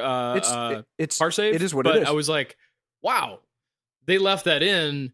Maybe they shouldn't have done that, because it kind of like all these things happen all the time on the course during these tournaments with all the players. Happens in ball golf, happens in every sport. And unfortunately, Nico is that guy. And I feel like every time that happens with Nico, like the cameras are always running. And it's like, maybe he shouldn't have had that. But I thought Terry did a decent job considering he was commentating alone. I wish But that's the thing too. One more point about Terry is that he has those Terry like zinger, like the inflections that he uses is like, yeah, I'm Terry Miller. You know, like I kind of want that. I kind of want that. that. Like it's something that I kind of laugh at, but it just that's the thing that makes Terry Terry. Yeah, You know I what I feel mean? like Terry Miller knows that he's OG and just thinks that I'm the guy and you're listening to me, and it doesn't matter what I say because I'm the coolest and I'm the only one you're listening to. That drives me crazy. Bring somebody else in that has some insight into the game today and not Terry Miller's game 15 years ago, or be quiet some time and just watch the shot and don't comment on somebody missing a belt loop with their belt, or like gather your thoughts and say something that means something to the game. That's what I think. Yeah. All I can hear in my head is fired up and beef. And beef, all in one. Yeah, so the more I watched it, and it's 27 grilled. holes. Can we go into beef? Because here's my Grilled. beef, and here's another point that I want to talk about. Yeah. And it's a very unpopular opinion. He's got beef. Let's do it. Beef. Beef. What up? Here we go. I am a little bit older than a lot of the kids that are watching this stuff, and I don't need it to be next day. Right. I don't need it to be cut to 28 minutes exactly, because I'm going to lose, my attention span. Right? Right. I'm sorry, what were we talking about? Right. Hey-o. I would prefer that all of these media companies, self-care. Jesus, guys, so my opinion is because I have done this with Jomez at USDGC. Just dropping bombs and We're going names to talk again, about me dropping being names. on the team at USDGC. We're going to talk about it. Yeah. It was the hardest I have worked In your Top time 3 working like in times in your in life. my life. Oh wow. The hardest I have. I mean, it was the system those guys have set up to make that happen was nuts. And I got there as like, okay, I've got like a couple of years of experience with a camera, doing some artsy fartsy videos on my iMac in 2002, right? That's my experience. They like me. I know Ryan Nick. Ryan Nick knows what he's talking about. So now all of a sudden I'm going out to South Carolina and I'm on the Jomez crew. And I get there and it's like, oh shit, I'm in way over my head, right? Yeah. And they put me into a position where I'm doing something they had never done before. So I feel the weight has doubled on my shoulders because I'm like, I need to make this as cool as possible. Yeah. I ended up getting anywhere from like 20 to 25 hours of just like audio. I was going out there with a parabolic mic. Ooh, good. I for remember you. that word. Great. Parabolic mic. But it was mounted to a camera. So I was also getting footage. It broke my heart, and Jonathan, I'm so sorry, and it's okay. We'll maybe work together in the future. They barely used any of it. And I was getting a lot of really cool behind the scenes audio stuff, banter at the tee box between players. I know there was a And that's the really kind of good stuff I wanna see. 5-minute Greg Barsby rant that never saw the light of day.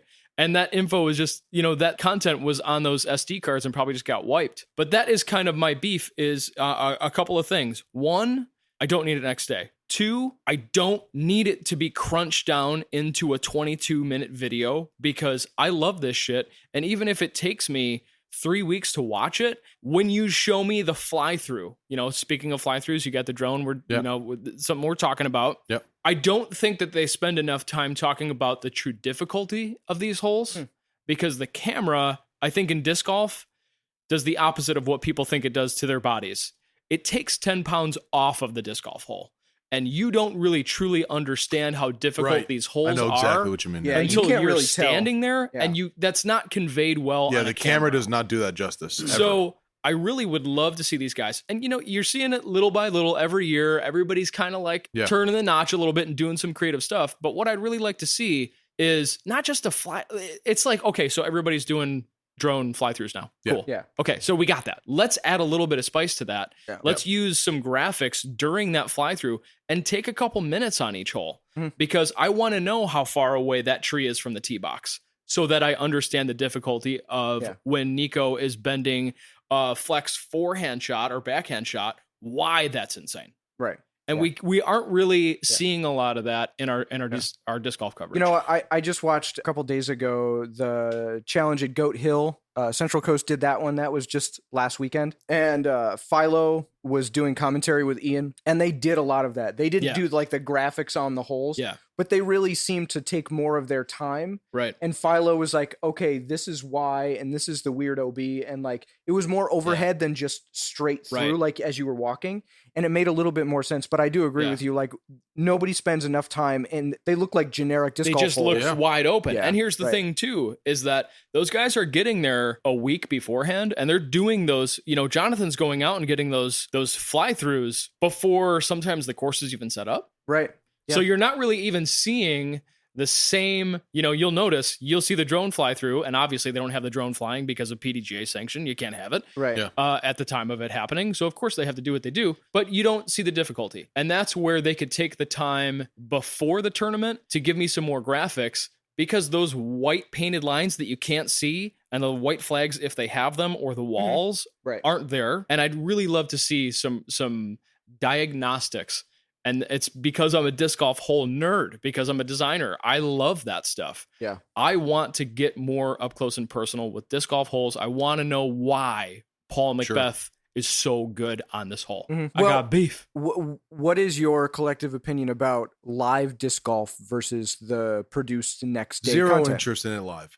I agree with Sean that next day, I would rather wait 3 days. I would wait a week to have a polished gem that contains the things that I want to see. I know that it represents our sport to the best of everyone's ability. Yeah. Knowing that they get it out in 24 hours is amazing. It's impressive. And I'm grateful to have it. In terms of elevating the standards and really growing the sport and being taken seriously by sponsors and by all those things, would be so much better if you made everybody wait and you just made sure that what you put out was a diamond. I did watch live coverage today at the Dynamic Discs Open, and it was the first time that it actually felt like a live production on like ESPN or quality coverage, because up until this year, they would cover a card, and when the card's walking up after their drive, they would cut to something that nobody cares about, or they would cut to Nate and Valerie Doss, who are just kind of vamping on talking until they start playing disc golf again. And like, they were really struggling with that. As good as Nate and Valerie are, they're both and they're sweethearts, world champions. Yeah. So it's like not something you can be mad at, but you're watching it and you're like, yeah. Today, watching it, there was a feature card and they were showing that. And as soon as the feature card teed off, they would cut to a different card, or they would cut to something else, or they would cut to some really cool graphics about like some stats from UDisc Live and things like that, just like ball golf would. And that's what I'm talking about the like technical standards that they have to meet. And they were meeting them, I think, for the most part. And it did feel more like live coverage was a value, but normally I don't give a shit about live coverage. No. I've said this to so many people. It's every year there's so much focus on live. We are an active sport. When these rounds are happening on the weekend, everyone that would be watching them is disc golfing. Right. Yeah. You're right. Yeah. So it makes no sense to put that many eggs in that basket to me. I don't know why it's continued to even be a thought. It makes me think how smart we are. I mean, sorry to toot our own horn, or your own horn. It's really Ryan's horn. Don't toot. I any want of to my blow horns. Ryan's horn. Yeah, please. I wish I could do a clown horn. I love that it takes a week before our episodes see the light of day, because in that time you have worked out every kink. There's nothing that comes out that people could go like, oh man, they really dropped the ball there. Or, like you take your time, it comes out well, and it makes all the difference in the world. Like, I agree. Yeah. It is. I've been having this conversation for years in the shop. I would rather see a polished gem 3 or 4 days later and go, all right, I got my coffee. I got my time right now. I'm going to watch this whole thing from start to finish. And it's going to be awesome. I was watching the Disc Golf Network today. I've been flying a drone now. I've got 2 months of experience doing it, and I've done it for. So you're an expert. I've done it for a combined total of a couple hours, because it's never long. And while we were watching the Disc Golf Network in bed, Liz and I were trying to nap, but really, I didn't think that's where you were going. Yeah, but I was like, damn, is he really going to? Is he going to do this? We're doing this right now. No. Damn. Okay. It was on, but we weren't watching. You know what I mean? Nothing gets her worked up more than disc golf. Sexy. No, really, what I'm trying to say is she commented on the drone fly through of the hole. She was like, oh, that's really shaky, or it's like choppy, or she said something like that. And she was like, I think you could fly better than that. I don't know that she's right, but the fact that she thought that, and I'm so amateur, and she's not a disc golfer, that impression should never be given to somebody who's Yeah, I her agree. perspective is the reality. Yeah, exactly. Her opinion It's more matters. important than ours. It's Exactly. important that Yes. she thinks that, because hopefully those guys are doing their homework and really going to their cousins and going, hey, can you watch this before we put it out? They don't have time to do that because it's going directly onto the internet. Exactly. They're good at rushing it, but they're still rushing it. Yeah. It's still rushed. What's the benefit of getting it out right away? What do you gain from that? I think that is it you're because gonna they're all have- racing for the views? They want to be the think first one to that get it out. It's like the relevant race, I do know that nobody wants the tournament spoiled. I spoil it. If I want to know who won the tournament, I'm going to look. But that's not going to change whether or not I'm going to watch the awesome coverage. Sure. Because I still want to see Philo's albatross. Yeah. Yeah. But that debate, I'm still going to watch. there's that debate every time there's a tournament. 3 days after the tournament's over, there's always that, oh, well, I can't believe so-and-so posted up and let everybody know who the winner was. I haven't watched all the Stupid. coverage yet. I'm not watching No. the coverage to find out who won. I'm watching it because I enjoy this content. Right. People who bootleg movies, people who go into the theater and they record a shitty version of it on a camera. Right. There are people who get excited and say, dude, I got the new whatever. I will it's a never bootleg. watch any of that. No. And it's there. It's a certain kind of person, right? Yeah. Are you really enjoying that extremely watered down shitty version of what is could be a masterpiece if you waited and watched Right. it the way it was meant to be watched? For some people, they'd rather just see it first and be able to say, I saw it. It just makes me think of this. It's like Brooks said, the world has just gotten into a big old hurry for no reason. Yeah. Yeah. The content won't be any less good if it's them well rested, firing on all cylinders with graphics, more stories. There's not enough time spent talking about the statistics. It's so quick before I can even wrap my brain around it. And I'm a disc golfer that's submerged in disc golf. Yeah. I still have to go, go back and pause it. What was that? Yeah. Because it happened so quick. And I'm like, why are we going into the next segment and not talking about what that number means? Right. Yeah. Well, let me give you this perspective. I also sent you guys a link to Ryan Nick Productions. Yep. And the coverage he did at Clash. Yeah. At the Canyons a couple of years ago. It's not 100% as polished, but it's close. Yeah. The coverage is great. The video quality is great. The graphics. And I filmed it. Yeah. It's right there. It was very close, and it was more than what we needed. Yeah. And he didn't do it next day, right? Yep. He's not a team of people. It's right, just him. and that's fine. Yep. We didn't need it that next day, but it came out and it was almost that. So let's say that he was 95% of Jomez quality, taking a couple extra days. What would happen if Jomez took those couple extra days? Where would they be? Right. Sure. So the point that I was actually trying to get to, and what they're doing is already is, got them in a relationship with CBS Sports. Correct. So imagine, Yeah. like you said, if they had that extra time, CBS Sports would have came knocking 2 years ago, exactly. Right. not 4 or 5 years into the Jomez program. Do you think there's any amount of like, we got to get it out the next day, because if we don't, Central Coast is going to get it out the next day, or No, because there's Terry usually- Miller's They're gonna never get it out filming the next day? same thing, No, so it wouldn't matter. Each one of them is because they're smart about it. Those See, guys that's work what together. I thought and maybe they were rushing because yeah. they had to make sure. I think that's a thing that people maybe that don't pay attention think that there's some kind of like a media war, and I don't think that's the case at all. No, Those I don't guys think so either. all work really well together Yeah. Okay. and help each other out. Yeah. It's pretty cool. Cool. Yeah. I definitely that. suggest to any listener, we have discussed amongst the Unstable Discourse crew that we will be going to Ledgestone possibly. Being there and experiencing it and seeing it happen in real time.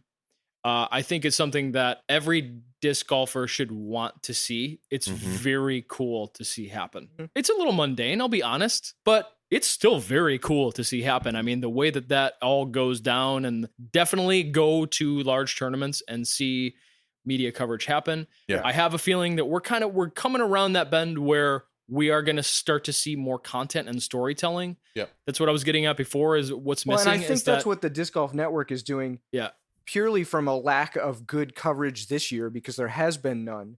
They're kind of coming through with some of the like behind the scenes stuff, Right. and like the storytelling and all of that. And I think that needs to continue, because sure. how much like video coverage can you find on Rory McIlroy, the pro ball golfer? I could probably find hundreds of hours of YouTube videos on like not him playing golf, but like his background story. We need that on all Yes. of the Yes. all of these disc golfers and the courses and the course designers and the Yeah. tournament directors Yeah. and all of that. We're No, doing the that. Jomez crew did that with Paige Pierce. Yeah. In the offseason. Yeah, they're when doing she the switched to Jomez Discraft. stuff too, which is Right. cool. Yeah. So it was very cool, but right when I was starting to feel captured, it ended, and I was like, "Why are you done?" Yeah. Yeah. It seemed like what they had captured, and it's all circumstantial. Maybe they didn't have the time.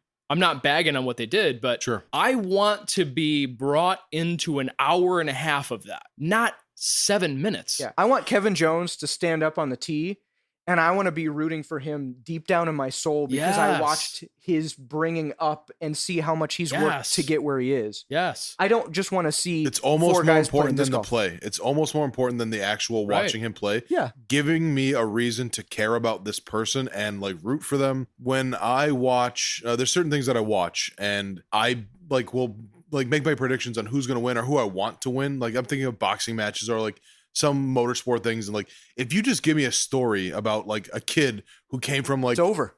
he came from a rough neighborhood, Tell stories. he worked man. his way up, and like this is his one chance to like make it, and I'm like, Yeah.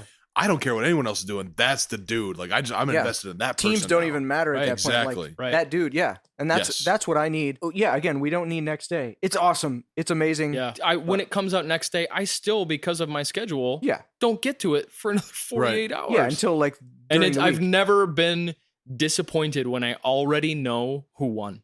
Right. Ever. Yeah. Because I still want to watch that content. I want to pose another question to you guys. The quality of the commentating, that's what I want to talk about basically. And my question is, would you rather listen to somebody with like a background in broadcasting who has the right energy, who has like the right cadence and the right the sort of things that are really important to keep you engaged?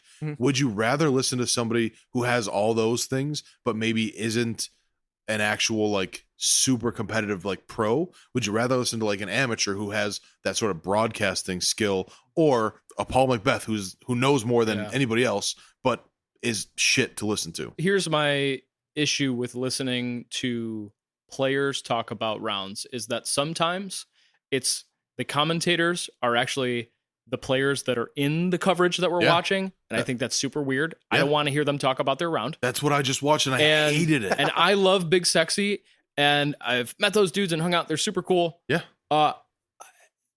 They spend too much time talking about their own rounds. I don't mind it. I don't know why. I don't want to I hear should. that I should opinion. care, but I don't care. There's a weird opinion. You have an opportunity to teach and educate and talk about the tournament and how it got to be what it is, and the guy, and so much more storytelling opportunity. So a hold lot on, of it you're is a lot of it talking spent more- talking about like, ooh yeah, I played that hole and then I hit that tree too, and I see I what don't I want to see what you hear mean. that perspective. It's a weird perspective. I think the content is critically important. Like Yeah. what they're talking about is critically important. Yeah. What I want us to cover a little bit is the delivery, because Yeah. I think it makes all the difference in the world when you're listening to a golf commentator, a boxing commentator, whatever. The Yeah. people who are at the top of their field, what they give you is real ear candy. Like it's Yeah. just nice to listen to. The good thing about that is not only do they have the voice and they have the cadence and they have everything that they need, but they have years of knowledge Yeah. in Right. the sport.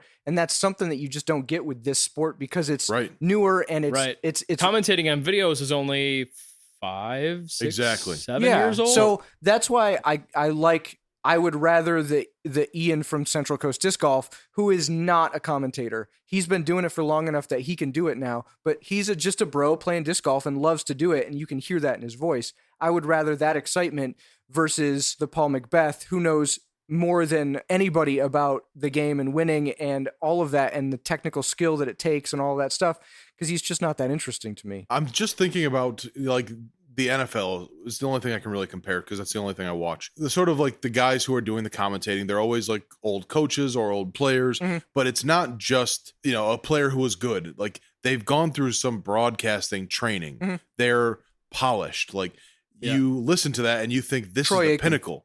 This is Yeah. the pinnacle of the sport. And so as a player, somebody who likes to play football, watching it and hearing these guys talk about it, you have something to aspire to. You're like, when it's like it's just a dude doing the commentary without any sort of professionalism. I mean, there's some. I don't mean to say there's none, but there's not that pinnacle. What I really want for this sport is it's only the best of the best. And so like when people see it, they think this is serious, and to compete in this sport means something. It's not just another dude who plays the game. Like, it's fine because it's like all we have right now, and it's way I better was than just what going we- to say, I don't think we have the best of the best yet.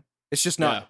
Well, Right. It's cool to see it happening though. Yeah, Like it's right. very cool to watch. That's it why from I'm its so excited for that. infancy. Like, I would much rather. That's what I wait listen- for every season. I wait to see what did they learn from last season that they didn't do, that they finally were like, hey, this year we're going to start f***ing with this Yeah, right. clown horn. What my takeaway from watching that stuff is if I asked 100 disc golfers what they want for the sport, it would be grow the sport. I think if I asked 100, I think 90 of them would say for the sport to grow, right?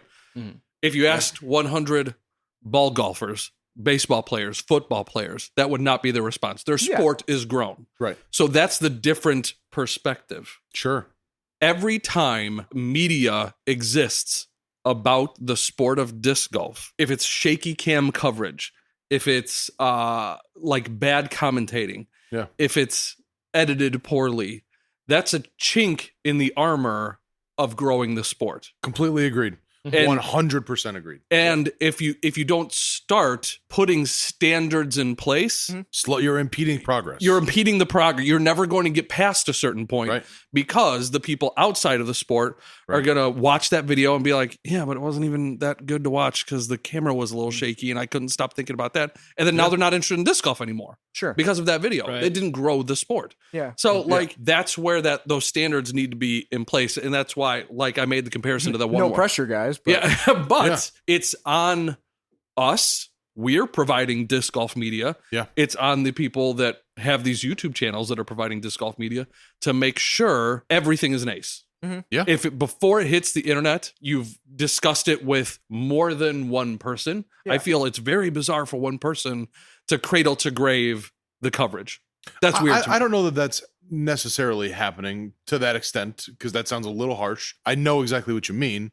They need to run it by not just other disc golfers, like run it by a professional broadcaster. And make sure that during the discussion, you're remembering that you're potentially talking to somebody who's never disc golfed. Right. Because you're trying to grow the sport. Yeah. So And like, that has never happened. does it have to constantly use this terminology that I personally am learning via listening to you guys?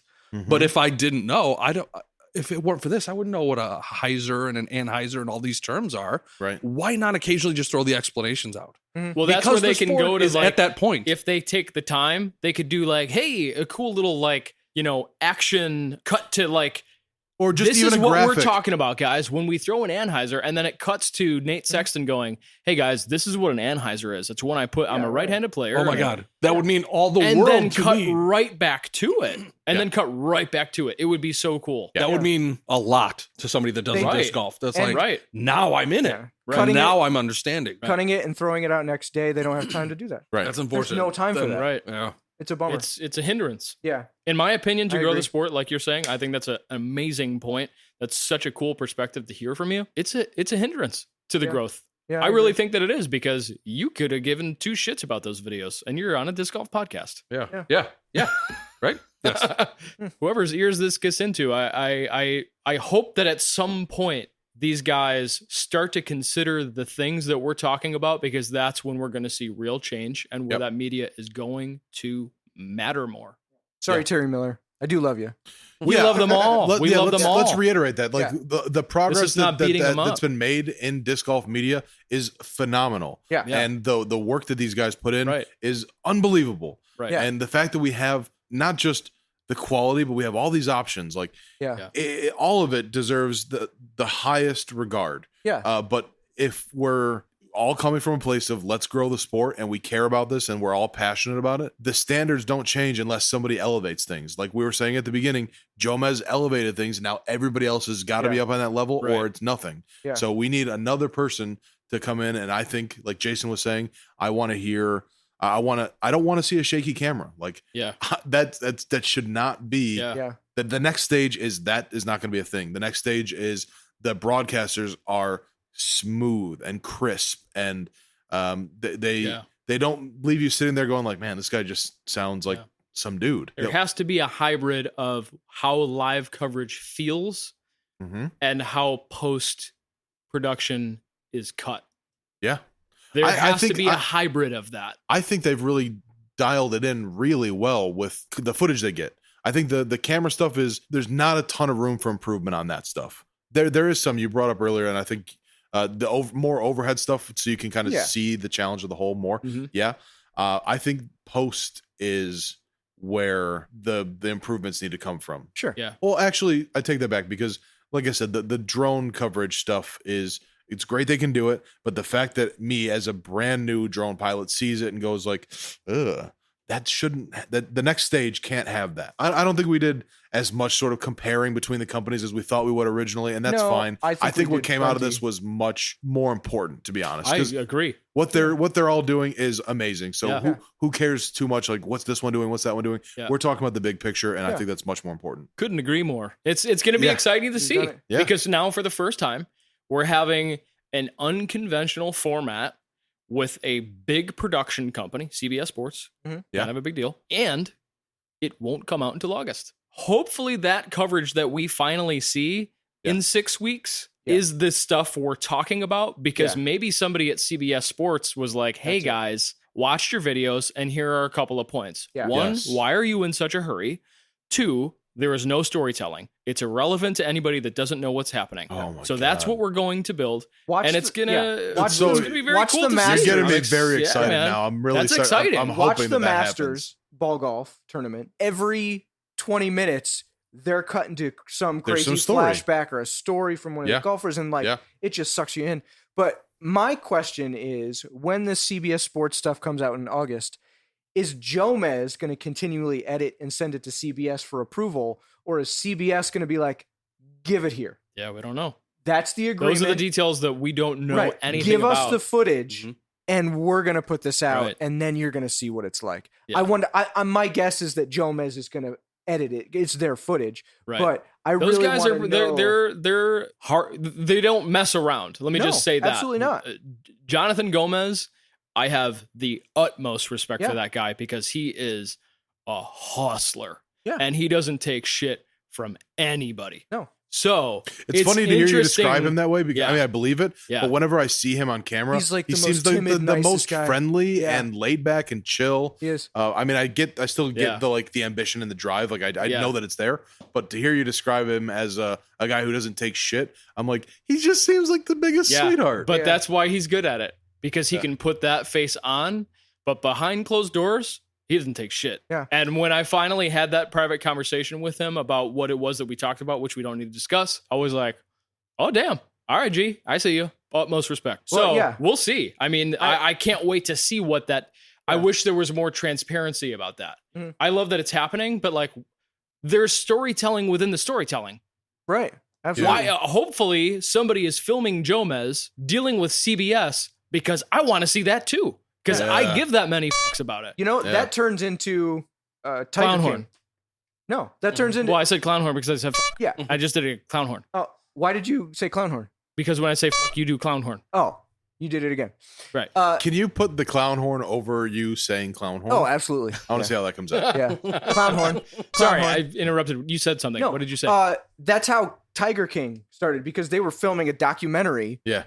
There was and a then they were documentary filming a about their documentary about yeah. the documentary. You know, that's how all of this coverage and look at got how started. enthralled people were with that.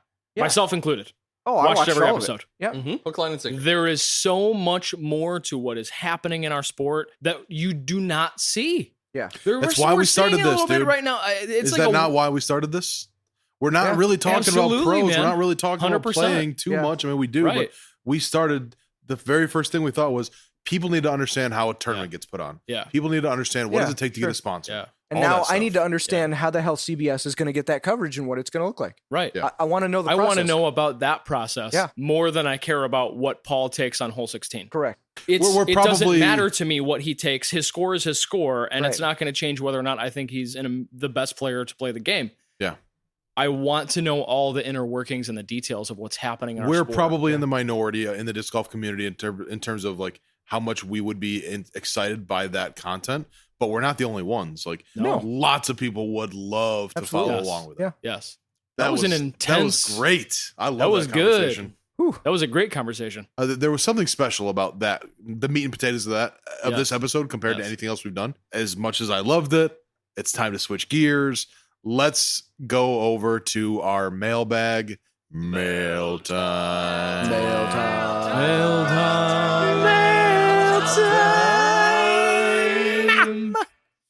Thank Wow, you, that was a Jason good one. Callahan. Please take us into the mailbag. You betcha. I will take you into the Callahan bag.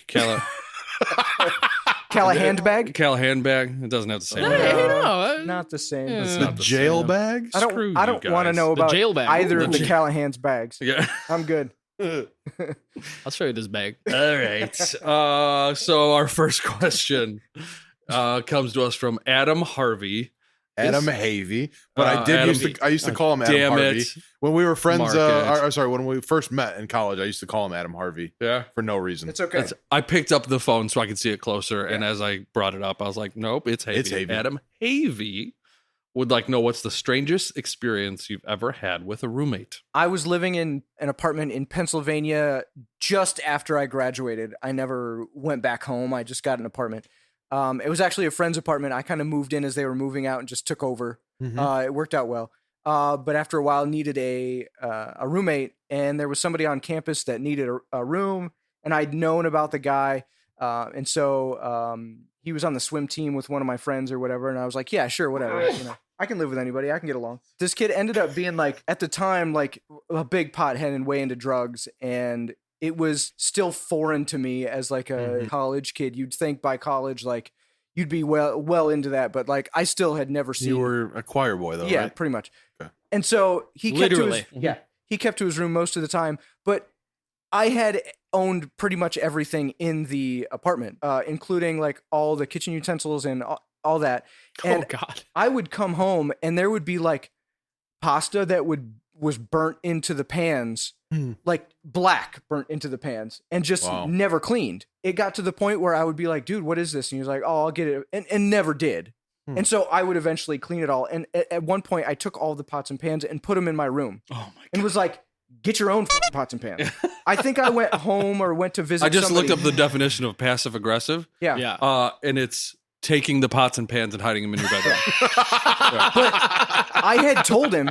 Gotcha, motherfucker. I had warned him. And so I took him and I was like, use your own, not using mine. I went home a couple hours away for something. And then I came back to the apartment. And while I was gone, apparently I found out about this weeks afterwards. he had gotten my Dish Network password, and guess what he rented? Bunch of porn. All of it. All the porn they had? $380 worth of porn. Oh my god! Because I got my next bill and had to call the Dish Network kidding lady me? and explain to her, and she had to read back to me all of the titles of all the porn movies. So you didn't order Butt Draft. Right, exactly. So, Butt Sex Club. Butt Sex Club. Oh, you didn't order Pump Friction. Right.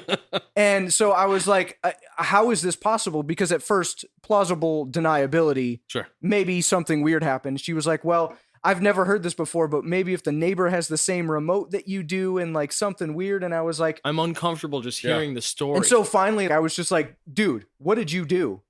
And he was like, oh, I didn't do it. And it was obvious to both of us. And so I just kept his security deposit. All right, we're done. I didn't renew the lease because it was coming up. Yeah. And I didn't want to stay there with him because he was pretty much forced to stay there. Wow. So I was like, no, we're good. Find another place. the It was real terrible. question is, if you never hid the pots and pans, would he have ordered all of the porno? Guaranteed. Yeah.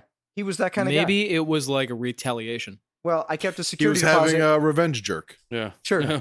I kept the security deposit, which was almost exactly what he spent on porn. So It was planned. yeah, it was perfect. I have really a lot of weird stories, but I'm just going to quick in and out. I used to have some roommates who are still dear friends to this day. I'll never forget, even as a young bachelor who was kind of a slob, the way I saw them changed when they asked me if I wanted to have spaghetti burritos for dinner. Oh. It was just like a tortilla with like pasta and red sauce in it. And then wrapped up. And I don't Sounds think there great. was meat or anything else. It was just Do you know by chance are these people fans of the Nickelodeon show iCarly? Because they I make don't spaghetti know. tacos on iCarly Do all they? the I time. don't know. Yeah, that's pretty good. I don't think I ever ate one of their spaghetti burritos. Yeah, that was always weird to me. And then actually, one of the same guys, he had a tradition where every so often he would excitedly tell us that it was Bean Feast Day, and that just meant for dinner he was going to have like a whole like family sized can of baked beans for dinner. And that was just a thing he would do. Oh, cool. It's Bean Feast Day. I want a bean feast. Yeah. I want it now. Not like that weird, but Yeah. like kind of quirky. That's It's kind of weird. funny. Freshman year at Eastern, I just went with whatever random person that Yeah, they assigned. you right? had to, yeah. Right? Yeah. Mhm. And I Still friends? I looked him up on Facebook like a month ago, and he didn't look like someone that I would want to still know. Sure. So I Okay. passed on the There you go. on sending. the What friend did you see? request. What did he have like a Juggalo background? Yeah, exactly. You're familiar, you know? No. It's just like Hey, that's my cousin. You sound like a real jug-a-ho right he, now. he started college pretty dorky, and this is coming from a guy who was I was pretty dorky, and I was No. leaps and bounds Shocker. above this dude. And so what I saw on his profile seemed like he went from dorky to douchey. But he went into college having attended 0 parties ever, not doing anything. He was just totally into school. And then he attended his first party, and he brought home back to our dorm the red Solo cup that he got, that he, you pay the $5 to get your cup at the door, Uh-huh. and tacked it to his cork board. Everybody that entered our room for the rest of the year was told the story about how that was his first party cup and how important it was to him that he could like look at it. Was every day. your college roommate our Uncle Ronnie? no. Wow, And, that's pretty out there. All right, this next question comes to us from Ryan Aquino. He has a fantastic question. He wants to know, which Ninja Turtle are you? Before we do that, Mhm. Yeah. with his last name being Aquino, Mhm. I just want to point out that in Ninja Turtles 2, the new character that gets introduced is the pizza delivery man whose name is Kino. Kino! Even though he says he doesn't get to Wait. be a Ninja Turtle now because No. he's the pizza delivery guy. Right. He is he's not Kino. the Kino. Kino, but he is Kino. Exactly. Nice. Thank you. Thank you. Anyways, job. So it's Didn't rather we rather talk- than yeah, we talked about I don't think we Yeah. should just choose our favorite one. I think we should assign a Ninja Turtle to The each four of of us, us. like we had Four just of us Only and right. 4 Ninja Turtles. Totally agree. Right. We've Clear, spoken right? this, yeah. yeah. I'll start. Go ahead. Ryan is April. Got it. April O'Neil. Wait. First April or second April? Second April was pretty disappointing. So Yeah. I'll give you first April. Yes. I'll take it. No, Yeah, Jason is definitely Michelangelo Okay. for sure. Yes, I'll accept that. For Yes. this group, Yes. I'll accept that role. You Yeah, are, definitely. Thank you. And then you're Donatello, right? I feel like You're the I've smart got the one. technical You're side. Yeah. You're the Yeah. tech guy. Sure. Yeah. Okay. So I'll that take means machines. Yeah, I love the bow staff. grip. I'm real good with the bow staff. So yeah. that means it's between you and me for Raph and Leo. And I'd be happy with either. I would not like to be Raph. Yeah, I think Sean's rough. Yeah. But I feel like I'm Ref. He's Yeah. kind of It's like funny. the realist. I'm a little edgy yeah. Yeah. for no reason sometimes, man. Yeah, Yeah. sure. And so Leonardo's got the katanas over here. Yeah, I'll take that. Okay. I was the oldest brother growing up, so that's what I always Yeah. felt Yeah. like.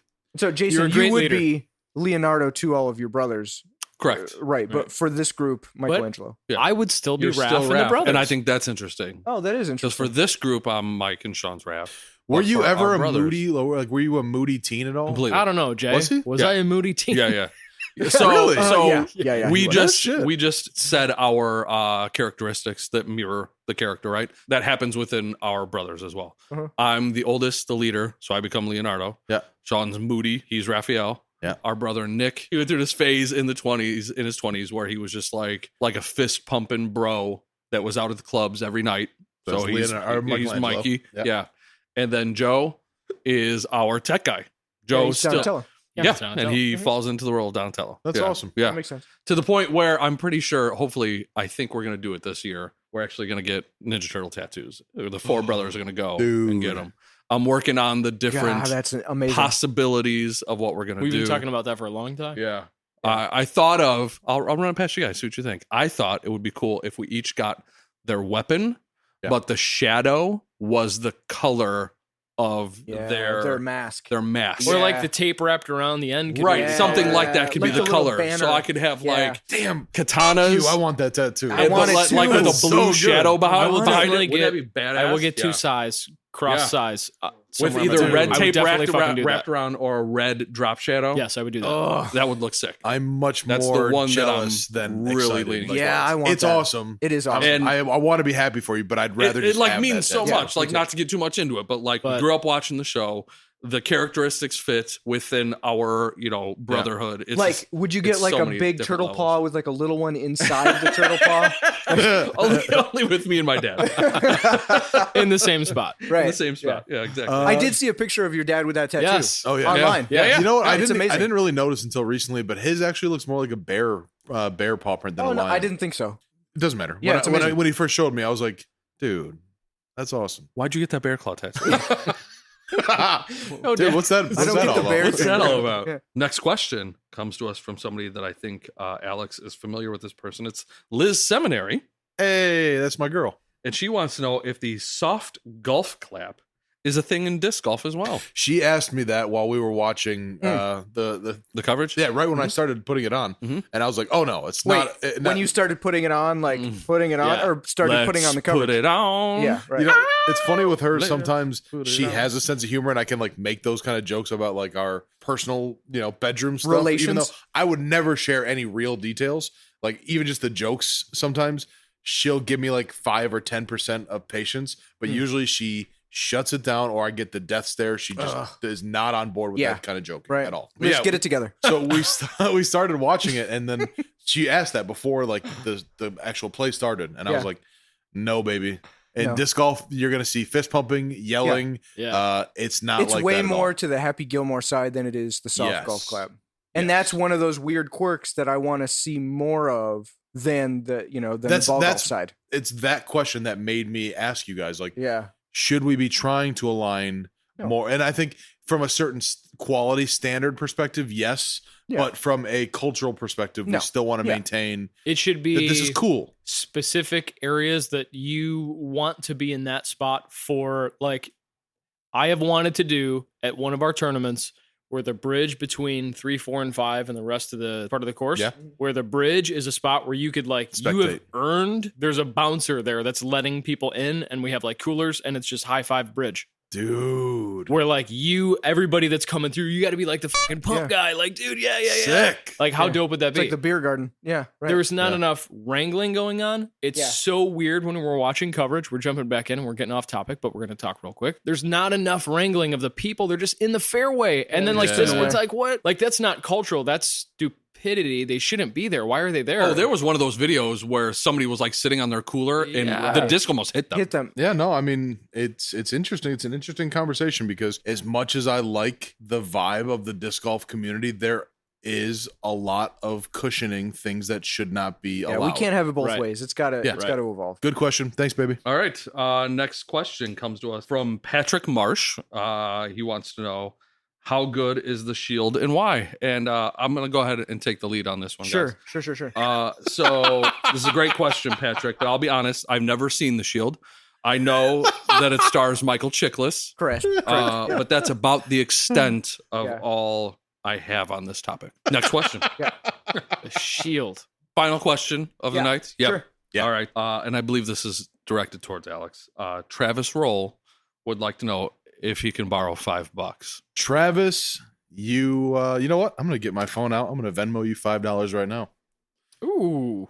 What a guy. Actually, you've earned it. I know you asked kind of in a funny way, but there was a time where I gave Travis a lift to one of our league events or something like that. And he was super generous and gave me a couple discs, really quality. Like the one that I am in love with is a fairly older beat-in Champion Roadrunner. And I didn't have any understable plastic in my bag. So I fell in love with it and it's changed my game. So like now I have a couple other like high-speed understable things, but it wouldn't have happened if it wasn't for that Roadrunner. I love that disc. So you're not borrowing $5. I'm giving it to you for opening my eyes up and helping my game to evolve. So I got you, dog. Hell yeah. It's adorable. Truly is. I hope you're on Venmo. I'm about to find out. Travis. Oh, there he is. Oh, you got it. $5. I got you, dog. That's what I'm putting in the little reason. Done. Cool. Well, that is, as you said, a wrap on the mailbag. Wrapping it up. And Closing the bag. that is we need our question, our trivia portion of the night. Trivia portion of the night. The motherfucking trivia portion of the night. There we go. It is the trivia portion of the night, but we're going to do something a little bit different. We're going to turn trivia portion of the night. Jason, tell us what's happening. We're going to turn the trivia a little bit. So one of the things that has been requested from our audience is that we play around disc golf, record ourselves playing it, put it on Facebook Live, and we love the idea. We want to be more engaging with you guys. So we are going to do that. We're going to do it. We are doing and it. we're going to let you guys place bets on who you think is going to win. Right. Ooh. And all the money goes to Me. Ryan. Yes. Ryan. We should do that as a fundraiser. Well, that's what I figured. We would Dibs. find some cause, and then people. A fan rate. That's- Raiser. Ooh, good one. That's happening, guys. Just we'll work on it. The Keep an eye fundraiser out. should be It should go to me, but if we have to fundraise for something important, that's also okay. We're going to turn trivia on its ear a little bit, and we're going to ask you, what else would you like us to do? What is it? Is it a segment? Is it something fun you want us to put on Facebook? Is it just something you want us to talk about in the next episode? Give us ideas. We'll pick the best one. You will win something for getting picked, and we'll do it. and then we'll do it. My suggestion is give us the goofiest, dumbest, funniest Yes, thing. please have fun with because it. that's what I'm My going God. to pick. But Please. if you want a serious segment too, I guess that's fine. I'm not going to pick that one. But nothing gross. Yeah. If I was a fan, I'd be like spicy wing challenge or something that I can watch you guys make a. Or fool the of sushi yourself. challenge where we all have to eat sushi. No. Including Alex Seminary. No. Or- Why do you guys eat sushi off of my naked body? I would do that. I would do that. Oh, I would really not like to do that. You brought You it up. suggested. Yeah. Yeah. I was thinking Ryan and I could make out for 30 seconds, and then you guys would just commentate on how sexy it is. Let's cut all this out. So that's a wrap on the trivia portion of the night. Yeah. Motherfucking trivia portion of the night. Not the trivia portion of the night. Yeah. All right, guys. Well, that's a wrap on this episode. This was a long one, so if you're still here with us, That's what she said. if you're still here with us, thanks for staying along That's for the what whole she ride. said. Yo. Let's for see the if we whole can ride. get one more before this is over. That's That's what she what said. she said. Damn, well done. And there's all three. Yeah. That's Expert. what she said. It's been a blast. We'll catch you guys next time. Keep it tight. See ya. And don't let the bed bugs bite. Good night. Peace. Listen to Unstable Discourse on Spotify, Apple Podcasts, Stitcher, Google Podcasts, or right from Buzzsprout.com. And if you have the time, leave us a rating and review. It helps the podcast get to more listeners.